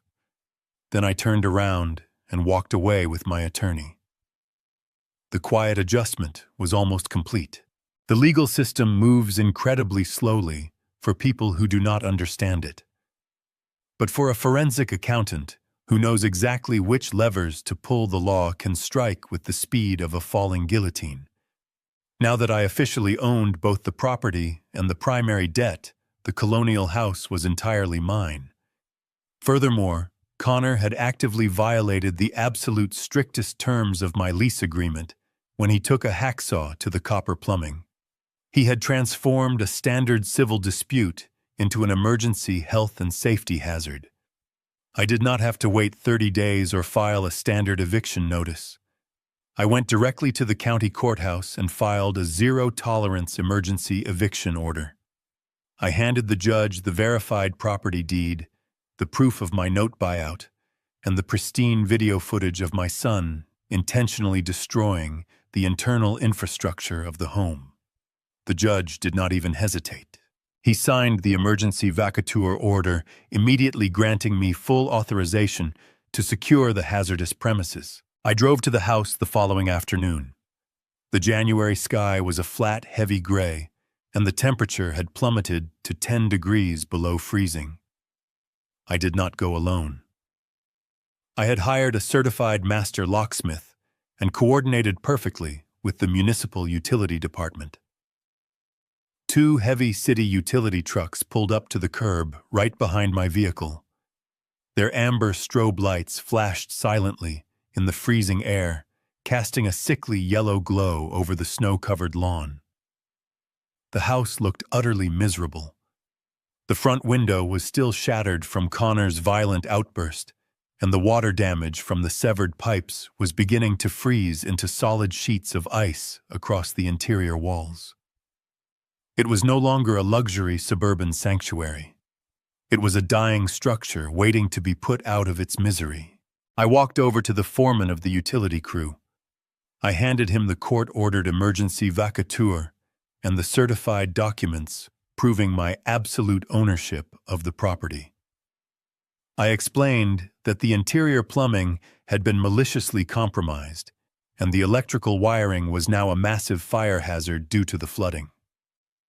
I told him that as the sole legal owner of this distressed foreclosed asset, I was officially authorizing the immediate and total severance of all utility connections to the address. I did not want the services paused or suspended. I wanted them physically disconnected at the street level to prevent any further catastrophic damage to my investment. The foreman reviewed the paperwork, gave a short nod of understanding, and instructed his men to get to work. They moved with brutal, mechanical efficiency. One worker used a heavy iron wrench to shut off the main water valve buried beneath the frozen sidewalk, locking it down with a thick municipal padlock. Another worker climbed the wooden pole near the edge of the property, wearing heavy rubber-insulated gloves. He reached into the primary junction box and physically pulled the massive heavy-duty fuses that fed electricity to the house. I stood on the curb and watched the exact moment the colonial house died. The exterior porch lights flickered and went completely dark. The low ambient hum of the massive central heating unit instantly stopped. The house plunged into absolute, total darkness. In the bitter January cold, a house without an active furnace loses its residual heat in a matter of minutes. The freezing air began to seep through the broken front window, claiming the interior space completely. I knew Brooke was still inside. She had refused to leave the property after her husband was arrested, desperately clinging to the last remnants of her wealthy aesthetic. She was upstairs in the dark, frantically trying to salvage her expensive wardrobe from the flooded master bedroom. I could hear the faint sounds of her panic, echoing through the empty freezing halls. She was shoving wet, ruined designer dresses into black plastic garbage bags. Her expensive cashmere sweaters were soaked in dirty pipe water and freezing solid in her hands. The sudden total blackout must have terrified her. She was trapped in the freezing dark of a house she no longer owned, surrounded by the literal wreckage of her own arrogance. She had nowhere to plug in a heater and no clean water to wash the grime from her face. 10 minutes later, the heavy front door slowly creaked open. Brooke stumbled out onto the front porch. The immaculate, pristine woman who had blocked me from entering this very home on Christmas Eve was completely gone. She looked like a ghost haunting her own ruins. Her hair was matted and wet from the leaking ceiling. She was shivering violently, her teeth chattering so loudly I could hear it from the curb. She was dragging a single heavy black trash bag behind her. The cheap plastic tore against the jagged glass on the porch, spilling a wet, ruined silk blouse onto the snow. She did not even bother to pick it up. She just kept walking down the icy steps, completely defeated by the freezing darkness. She reached the bottom of the driveway and stopped when she saw me standing there with the utility crew. She looked at the massive city trucks. She looked at the worker climbing down from the power pole. She finally realized what I had done. I had not just evicted her. I had completely pulled the plug on her entire world. She opened her mouth to speak, but she was shivering too hard to form a complete sentence. Her lips were pale and trembling. She just wrapped her thin designer coat tighter around her body and stared at me with wide, hollow eyes. The absolute reality of poverty had finally reached her. I did not feel pity. Pity is an emotion reserved for people who make honest mistakes or suffer cruel twists of fate. Brooke had willingly participated in the financial and emotional destruction of my family simply to maintain her country club status. I stepped forward and held out a piece of thick, crisp paper. It was the official court-ordered emergency eviction notice officially stamped by the county judge. I told her that the property was now a legally vacant, foreclosed asset. I warned her that if she ever stepped foot on this lawn again, she would be immediately arrested for criminal trespassing on a condemned structure. She reached out with a trembling purple hand and took the paper. She did not argue. She did not threaten to call her wealthy father because she knew that bridge was already burned to ash. She had absolutely nothing left to fight with. She dragged her torn garbage bag down the sidewalk, walking aimlessly into the freezing suburban streets. She had no car and nowhere to go. I turned my back on her and signaled the locksmith to proceed. We walked up the icy steps together, avoiding the broken glass. He brought out his heavy metal drill and completely removed the digital keypad lock that Brooke had loved so much. He installed a solid, heavy-duty brass deadbolt in its place, the kind of traditional lock you cannot hack or bypass with a smartphone. I inserted the new brass key and turned it. The heavy internal mechanism clicked into place with a loud, undeniable finality. The house was cold, dark, and entirely empty. But for the first time in years, it was finally clean. The complete blackout was successful, leaving them with absolutely nowhere to hide from the devastating consequences of their own terrible choices. The utility trucks drove away, leaving the property in total freezing darkness. I thought Brooke was finally defeated.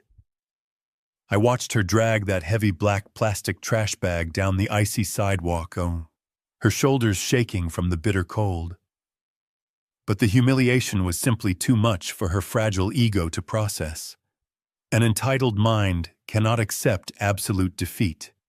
It will always look for someone else to blame. She stopped at the edge of the snowy street. She dropped the garbage bag. It hit the icy pavement with a dull, heavy thud, spilling a wet silk dress onto the snow. She turned around and marched right back up the driveway. The woman walking toward me was no longer the composed, arrogant daughter-in-law I knew. Her pristine facade was entirely gone. She looked like a feral animal backed into a corner. Her eyes were wide and frantic. Her expensive makeup was smeared down her pale cheeks from the freezing rain and the tears. She had lost her husband. She had lost her family fortune. She had lost her home. She had absolutely nothing left to lose, and that makes a desperate person incredibly dangerous. But I have spent a 40-year career dealing with very dangerous cornered people. I did not move a single inch. I just stood next to my truck and waited for her to make her next massive mistake. She stopped only 3 feet away from me. She reached deep into her designer winter coat and pulled out her smartphone. Her bare hands were shaking violently from the freezing cold, but she managed to unlock the screen. She held the phone up, pointing the camera lens directly at my face. A small red icon blinked on the screen, indicating she was actively recording video. I did not raise my hands to block the lens. I did not shout at her to put the device away. I simply looked directly into the camera with a completely blank, stoic expression. Brooke began to speak, but she was not talking to me. She was putting on a performance for an imaginary online audience. She started crying on command, forcing a completely fabricated, hysterical sob from her throat.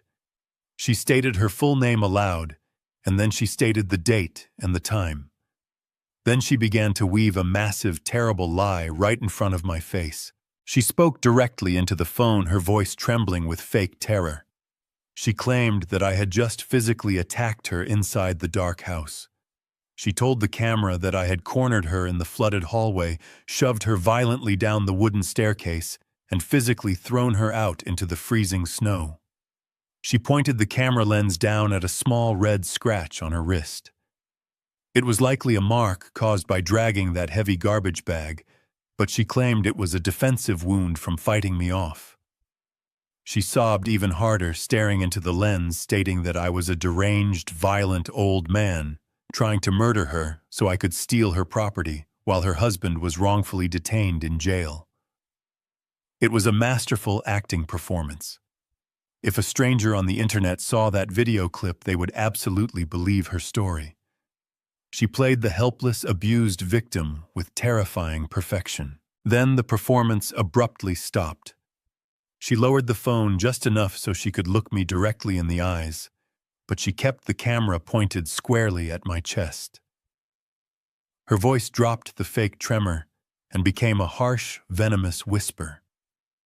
She laid out her extortion terms. She told me that she was going to upload this exact video to every local social media community group, every regional news outlet, and the local police department email tip line. She promised to destroy my reputation entirely. She promised I would be dragged out of my apartment in handcuffs by the end of the day and painted as a monster in the local press. She said there was only one way to stop her from hitting the publish button. She demanded that I immediately drive to my attorney's office right now. She demanded I draft a quitclaim deed and sign the colonial house entirely over to her name within the next hour. She wanted the property free and clear of all liens and debts. She told me I had 60 minutes to give her the house or she would ruin my life permanently. Most people would panic in that exact moment. Most people would try to snatch the phone out of her hands or start shouting desperate denials which would only make them look incredibly guilty on camera. But forensic accountants do not panic when confronted with a desperate lie. We look for the absolute truth to crush it. I let her finish her entire threat. I let the silence hang in the freezing air for a long, heavy moment. I did not move a single muscle. I just stared at her until the smug, victorious smirk slowly began to fade from her freezing lips. She asked me if I understood what was about to happen to me. I nodded my head slowly. I told her I understood perfectly. I told her she had just attempted to commit felony blackmail to secure a multi-million-dollar real estate asset. I did not reach for her phone. I reached into the deep pocket of my heavy canvas jacket and pulled out my digital tablet. I tapped the screen to wake it up. Then I slowly raised my right hand and pointed a thick, calloused finger upward. I pointed directly toward the heavy wooden eaves of the front porch right above where we were standing. Brooke stopped recording. She frowned, looking totally confused, and slowly followed my pointing finger. Tucked discreetly into the dark shadows of the wooden overhang was a small, black plastic dome. It was one of the brand-new, high-definition security cameras I had installed yesterday when I took legal possession of the property. I explained the technical specifications of that particular camera to her, using a very calm and even voice. I told her it did not just record crystal-clear 4,000-pixel video in all weather conditions. I explained that it was equipped with a highly sensitive, localized directional microphone. It was specifically designed to pick up conversational audio on the front porch with absolute, undeniable clarity. I looked down at my tablet and opened the security application. I tapped the playback icon for the last 5 minutes of recorded footage. The volume on my tablet was turned all the way up. The crisp, clear sound of her own voice echoed in the cold driveway. We both stood there in the snow and listened to the entire interaction. The camera captured her marching back up the driveway. It captured her completely fake crying. It captured her describing the fabricated assault. And most importantly, because she had lowered her voice to a harsh whisper to deliver her demand, the directional microphone had isolated her words perfectly. The tablet played back her exact extortion threat. "Sign the house over to me or I will ruin your life." The audio was pristine. It was legally irrefutable. Brooke stared at the tablet in my hand, her mouth hanging completely open. All the remaining blood drained from her face, leaving her looking like a frozen corpse. She realized instantly what she had just done. She had not trapped me at all.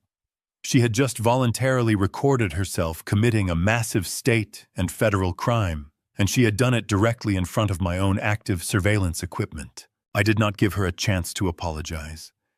I did not give her a chance to beg me to delete the file. I tapped the export button on the tablet screen. I selected the email contact for the lead detective currently investigating her husband for bank and insurance fraud. I attached the audio and video file to a new message. I looked her directly in the eyes, tapped the send button, and locked the tablet. The email notification chimed softly in the quiet winter air. I told her the file was gone. I told her the police now had undeniable digital proof of her attempting to extort a senior citizen for real estate. Her fingers went completely slack. The expensive smartphone slipped right through her frozen hands and landed face down in a pile of wet, gray slush. She did not even try to bend down and pick it up. Her knees buckled slightly, but she caught herself against the side of my truck. She was breathing in short, shallow, terrified gasps. Her wealthy parents had abandoned her. Her husband was sitting in a county jail cell. She was completely homeless. And now, because of her own blinding arrogance, she was going to be indicted for felony blackmail before the sun went down. I put my tablet back into my coat pocket.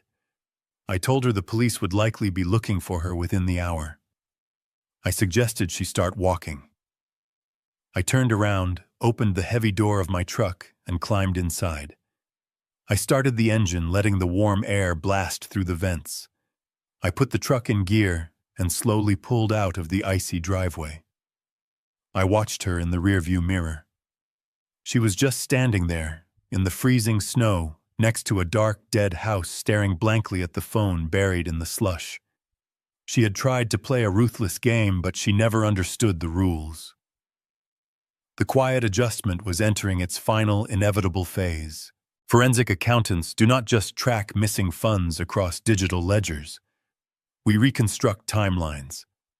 We build a perfect chronological map of cause and effect based on the physical and digital data left behind.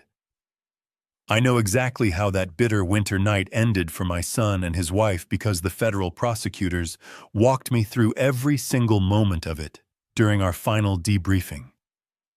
After Brooke dropped her phone in the icy slush and walked away from my property, she had absolutely nowhere to go but down. The temperature was dropping well below zero, and the suburban streets were completely deserted. She eventually found Connor wandering near the downtown transit center after he had been released from the county holding cell on a worthless signature bond. They were completely exposed to the freezing elements. They walked for 2 miles in the dark until they found the only place that would let them sit without paying an expensive cover charge. They ended up in a cheap, neon-lit diner on the industrial edge of the city. It was 2:00 in the morning. The glowing pink sign in the front window flickered erratically, buzzing with a low electrical hum. The interior smelled heavily of stale fryer grease and burnt coffee. They slid into a cracked vinyl booth near the back by the restrooms. They were entirely stripped of their glamorous aesthetic. They ordered a single cup of black coffee because every single credit card they possessed had been permanently declined, and they only had a few loose coins in their pockets. They sat across from each other, shivering violently. Their expensive winter coats were ruined. Their perfect hair was matted with sweat and melting snow. They wrapped their freezing hands around the single ceramic mug, trying to siphon whatever tiny amount of heat it could offer. They did not speak to each other. There was absolutely nothing left to say. 10 minutes before the climax of their night, Connor received a phone call. It was from the overworked public defender who had been temporarily assigned to handle his initial arraignment hearing. Connor answered the phone, expecting to hear a brilliant strategy for his defense. He expected the lawyer to tell him how they were going to beat the charges and return to their life of luxury. Instead, the public defender formally informed Connor that he was dropping them as clients effectively immediately. The lawyer explained that after reviewing the initial discovery file, the audio confession, the pristine trail camera footage, the forged loan documents, and the financial records, I had provided the case was completely indefensible. Furthermore, the lawyer cited a massive legal conflict of interest. The evidence clearly showed that Connor and Brooke had committed separate independent felonies that directly implicated each other. They could not legally share a defense team.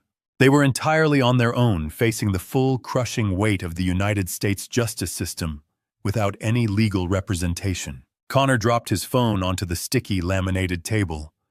The dial tone buzzed quietly in the empty diner. Then the small silver bell above the glass entrance door chimed sharply. The heavy glass door swung open, letting in a blast of freezing winter wind. Two men walked into the Greasy Spoon restaurant. They were not truck drivers or late-night factory workers. They were dressed in immaculate dark wool suits, wearing heavy overcoats and carrying completely neutral expressions. They were federal process servers working in direct coordination with the state prosecutor's office. They scanned the empty diner, their eyes immediately locking onto the ruined couple sitting in the back booth. The two men walked deliberately across the checkered linoleum floor. Their leather shoes made sharp, confident clicking sounds that echoed over the low hum of the refrigerators. They stopped directly in front of the booth. Connor and Brooke looked up at them with hollow, terrified eyes. The men did not offer a polite greeting. They did not show a single ounce of pity. They simply reached into their leather briefcases and pulled out two identical massive stacks of paper bound in thick black plastic binders. Each binder was 3 inches thick.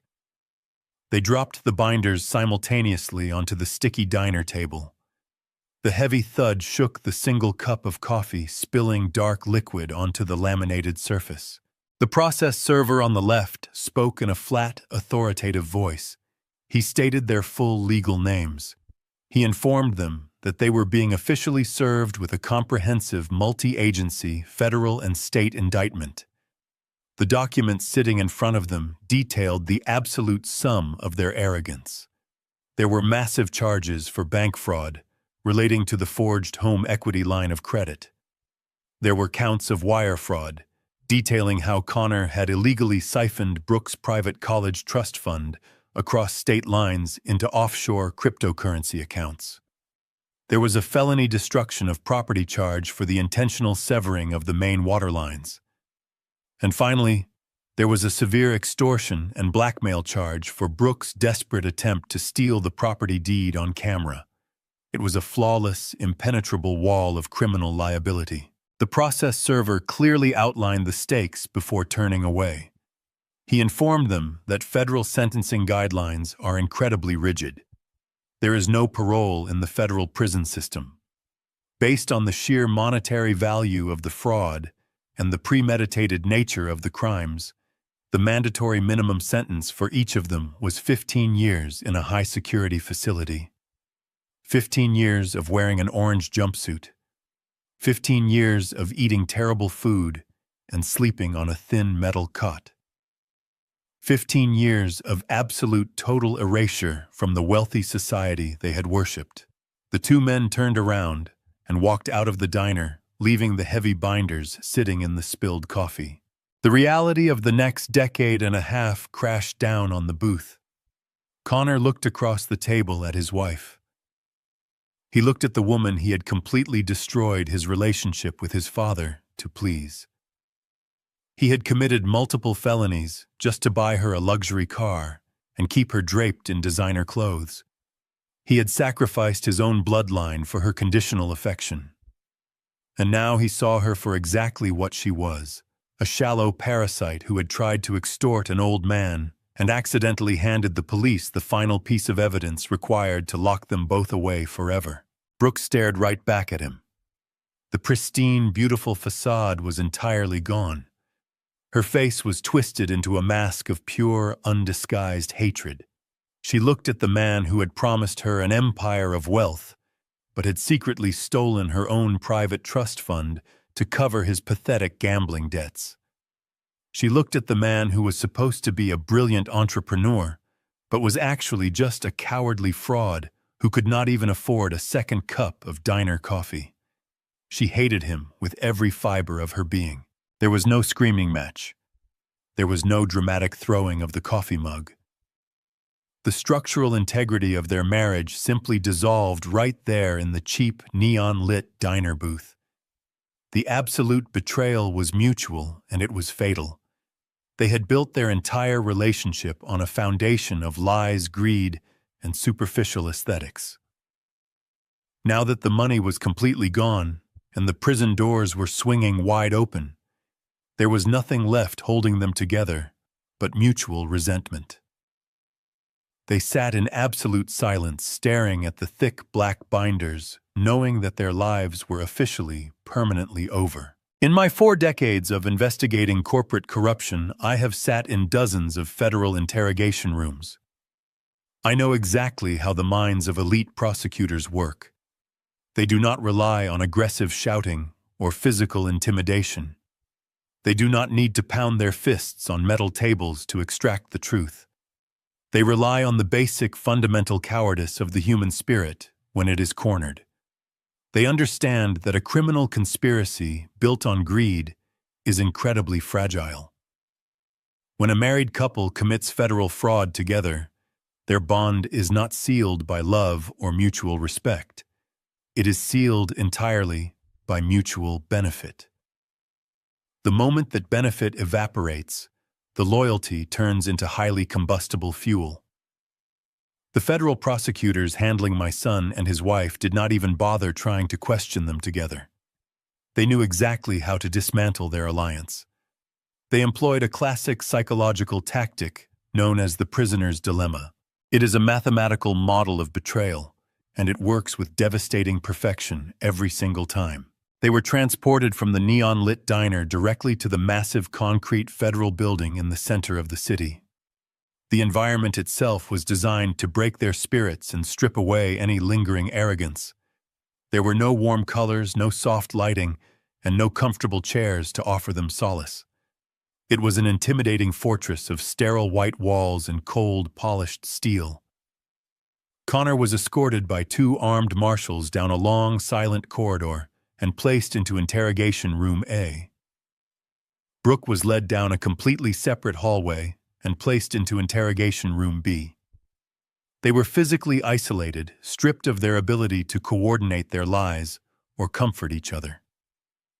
They were left alone in windowless rooms for 2 long hours to let the sheer terror of their impending 15-year sentences fully marinate in their minds. I was permitted to observe the proceedings from a secure gallery equipped with thick, 2-way glass and live audio feeds. I had provided the foundational evidence for this massive case, and the lead prosecutor granted me the professional courtesy of watching my final audit come to a close. The lead prosecutor walked into Room A carrying a single thin manila folder. He did not sit down. He stood over my son, projecting absolute, unshakable authority. Connor looked incredibly small and pathetic, shivering in his ruined velvet jacket, his posture completely defeated. The prosecutor laid out the grim reality of the situation. He told Connor that the bank fraud charges regarding the home equity line of credit were airtight, but the state was particularly interested in wrapping up the insurance sabotage and the felony extortion attempts without going to a lengthy trial. The prosecutor offered a highly specific, targeted deal. He told Connor that if he signed a sworn affidavit stating that Brooke was the sole mastermind behind the destruction of the water pipes and the blackmail attempt on the driveway, the government would show massive leniency. The prosecutor promised to recommend a drastically reduced sentence in a minimum security white-collar facility. He painted a vivid picture of a comfortable camp with tennis courts and open dormitories, rather than a maximum security concrete cage surrounded by violent career offenders. He gave Connor exactly 3 minutes to decide if he wanted to save his own skin by entirely sacrificing his wife. At that exact same moment, an assistant federal prosecutor walked into room B. Brooke was sitting at the cold steel table, staring blankly at the wall, her designer coat still damp from the snow. The assistant prosecutor took a completely different approach. She played directly on Brooke's shattered ego and her burning, resentful anger. She told Brooke that the government knew Connor had manipulated her. She told Brooke that her husband had destroyed her beautiful life, stolen her private trust fund, and dragged her into a criminal underworld she never belonged in. Then she slid a piece of heavy paper across the table. It was an offer of partial immunity. The prosecutor promised to completely drop the accessory charges related to the massive bank fraud, ensuring Brooke would not serve time for the forged signatures. But the immunity came with a devastating price. Brooke had to provide the exact locations and the digital encryption passwords for the hidden hard drives containing the financial ledgers of Connor's logistics startup. The prosecutors suspected the startup was not just a simple business failure, but a deliberate, premeditated Ponzi scheme from the very first day. They needed the digital keys to prove he was using new investor money to fund their lavish lifestyle. They needed Brooke to hand them the final nail for her husband's coffin. I watched the live feeds on the glowing monitors in the darkened observation room. I expected a moment of hesitation from them. I expected a fleeting second of moral conflict, or perhaps a lingering memory of their wedding vows to slow their hands. I vastly overestimated them both. It took less than 5 minutes for the ultimate betrayals to finalize. In room A, Connor did not even ask to consult a legal representative. He grabbed the cheap plastic pen and eagerly signed his name at the bottom of the sworn affidavit. He officially documented that his wife was a destructive extortionist, throwing her directly under the heavy wheels of the justice system, simply to buy himself a softer prison bed. He rationalized it instantly, convincing himself that she deserved it for demanding such an expensive life. In room B, Brooke did not shed a single tear for the man she had married. She took the pen and meticulously wrote down every single complex alphanumeric password required to unlock the hidden servers. She handed over the digital map that proved my son had been running a fraudulent criminal enterprise from the beginning. They sold each other out with terrifying, effortless speed.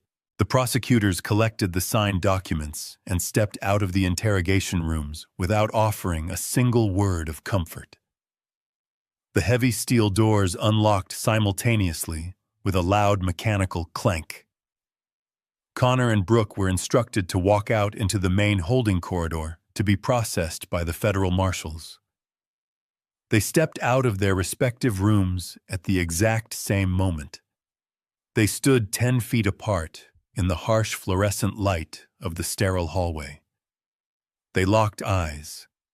There was no dramatic screaming echoing off the concrete walls. There were no desperate tears, and there were no frantic apologies. The silence between them was heavier than the steel doors that had just closed behind them. In that single frozen moment, looking at each other's exhausted, defeated faces, they both instantly realized what had just happened. They saw the lingering guilt and the defensive posture in each other's eyes. They knew they had both taken the bait. They knew they had mutually assured their own absolute destruction. By trying to save themselves and destroy the other, they had handed the federal government the exact puzzle pieces required to completely void both of their plea deals. The prosecutors now had full confessions from both parties, proving they were equally complicit masterminds. I stood in the darkened gallery looking down through the thick observation glass. My face was a completely unreadable mask. I did not feel a rush of triumphant joy. I did not feel the bitter sting of a grieving father mourning the loss of his family. I only felt the cold, precise satisfaction of a perfectly balanced ledger. The equation was finally complete. The toxic liabilities had eliminated each other with absolute mathematical certainty. My son had alienated his father to protect a vicious illusion, and Brooke had sacrificed everything for an aesthetic that never truly existed in the real world. Now they had absolutely nothing left but the crushing weight of the federal crimes they had just confessed to. The armed marshals stepped forward and placed them in heavy steel transport chains, leading them away down the long gray corridor. They shuffled away without looking back at each other. I turned away from the glass window and walked out of the observation room, stepping out into the quiet morning air of the city, knowing the final chapter was already written. Winter finally broke its grip on the city, giving way to the crisp, bright sunlight of early spring. The heavy gray skies cleared, and the freezing winds were replaced by a gentle, warm breeze. I stood alone in the grand foyer of the colonial house. The scent of fresh paint and polished hardwood completely replaced the damp, suffocating smell of the ruined drywall.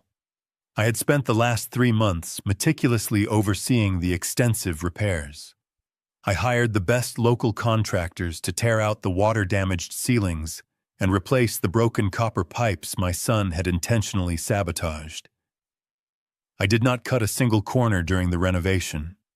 I instructed the painters to cover up the sterile, cold colors his wife had chosen for her pristine aesthetic. We painted the walls in warm, inviting tones. The house was restored to its original structural integrity, but it felt entirely different now. The toxic energy, the arrogant desperation that used to fill these massive rooms was completely scrubbed away. It was no longer a monument to fake wealth and empty status. It was just a solid, safe building, waiting for a real family to turn it into a home. I did not list the property with a high-end luxury real estate agency. I did not want to sell it to another wealthy couple obsessed with projecting their elite status to the world. I listed it privately, and I purposely priced it significantly below market value. I wanted to find people who actually deserved a break in this harsh, unforgiving world. The couple who walked through the front door a few weeks later were exactly who I was looking for. He was a young, hard-working city paramedic who regularly worked grueling double shifts just to keep their heads above water. His wife was a dedicated public school teacher, and she was 6 months pregnant with their very first child. They walked through the massive kitchen and looked out at the beautiful, expansive backyard with genuine, absolute awe. They whispered to each other, thinking there was some sort of clerical mistake because they never believed they could afford a house in this safe, quiet neighborhood. I told them there was no mistake. We signed the final closing paperwork right there on the large marble kitchen island. The young paramedic shook my hand, his voice cracking with emotion, thanking me for giving his growing family a chance at a beautiful life. I handed them the heavy brass keys. I looked at the young pregnant mother and told her to fill the house with genuine warmth and honest laughter. As I walked down the long driveway for the very last time, I felt a massive, heavy weight lift completely from my shoulders. The cursed asset was officially transferred. It was finally going to serve a noble purpose, and the cycle of greed was permanently broken. Later that same afternoon, I drove downtown to the federal courthouse for the absolute final chapter of this long ordeal. It was the scheduled sentencing hearing. I sat quietly in the back row of the wooden gallery, folding my hands in my lap. The heavy double doors at the side of the room opened, and the armed federal marshals led Connor and Brooke into the courtroom. They were no longer wearing tailored velvet dinner jackets or pristine white cashmere sweaters. They were dressed in identical baggy orange canvas jumpsuits. Their wrists and ankles were secured with heavy steel transport chains that clinked loudly against the polished floor with every shuffling step. They looked completely hollowed out. Their skin was pale and their posture was utterly broken. The blinding arrogance that had defined their entire existence was extinguished, leaving behind nothing but empty, terrified shells. They stood before the federal judge completely stripped of their wealth, their status, and their illusions. The judge looked down at them from his high wooden bench with absolute zero tolerance. He held up the sworn affidavits they had eagerly signed against each other in the interrogation rooms. He explained to the silent courtroom that because their mutual confessions proved they were both equally complicit masterminds running a massive criminal enterprise, their previous leniency deals were officially and permanently voided. They had tried to outsmart the federal government, just like they had tried to outsmart me, and they had failed spectacularly. The judge did not mince his words. He called their actions a despicable display of pathological greed and a profound betrayal of the foundational trust required in a civilized society. He brought his heavy wooden gavel down with a sharp, echoing crack. He handed them each a mandatory minimum sentence of 10 solid years in federal prison. There would be no early release for good behavior. There would be no appeals to a higher court. A full decade of their lives was instantly and permanently erased.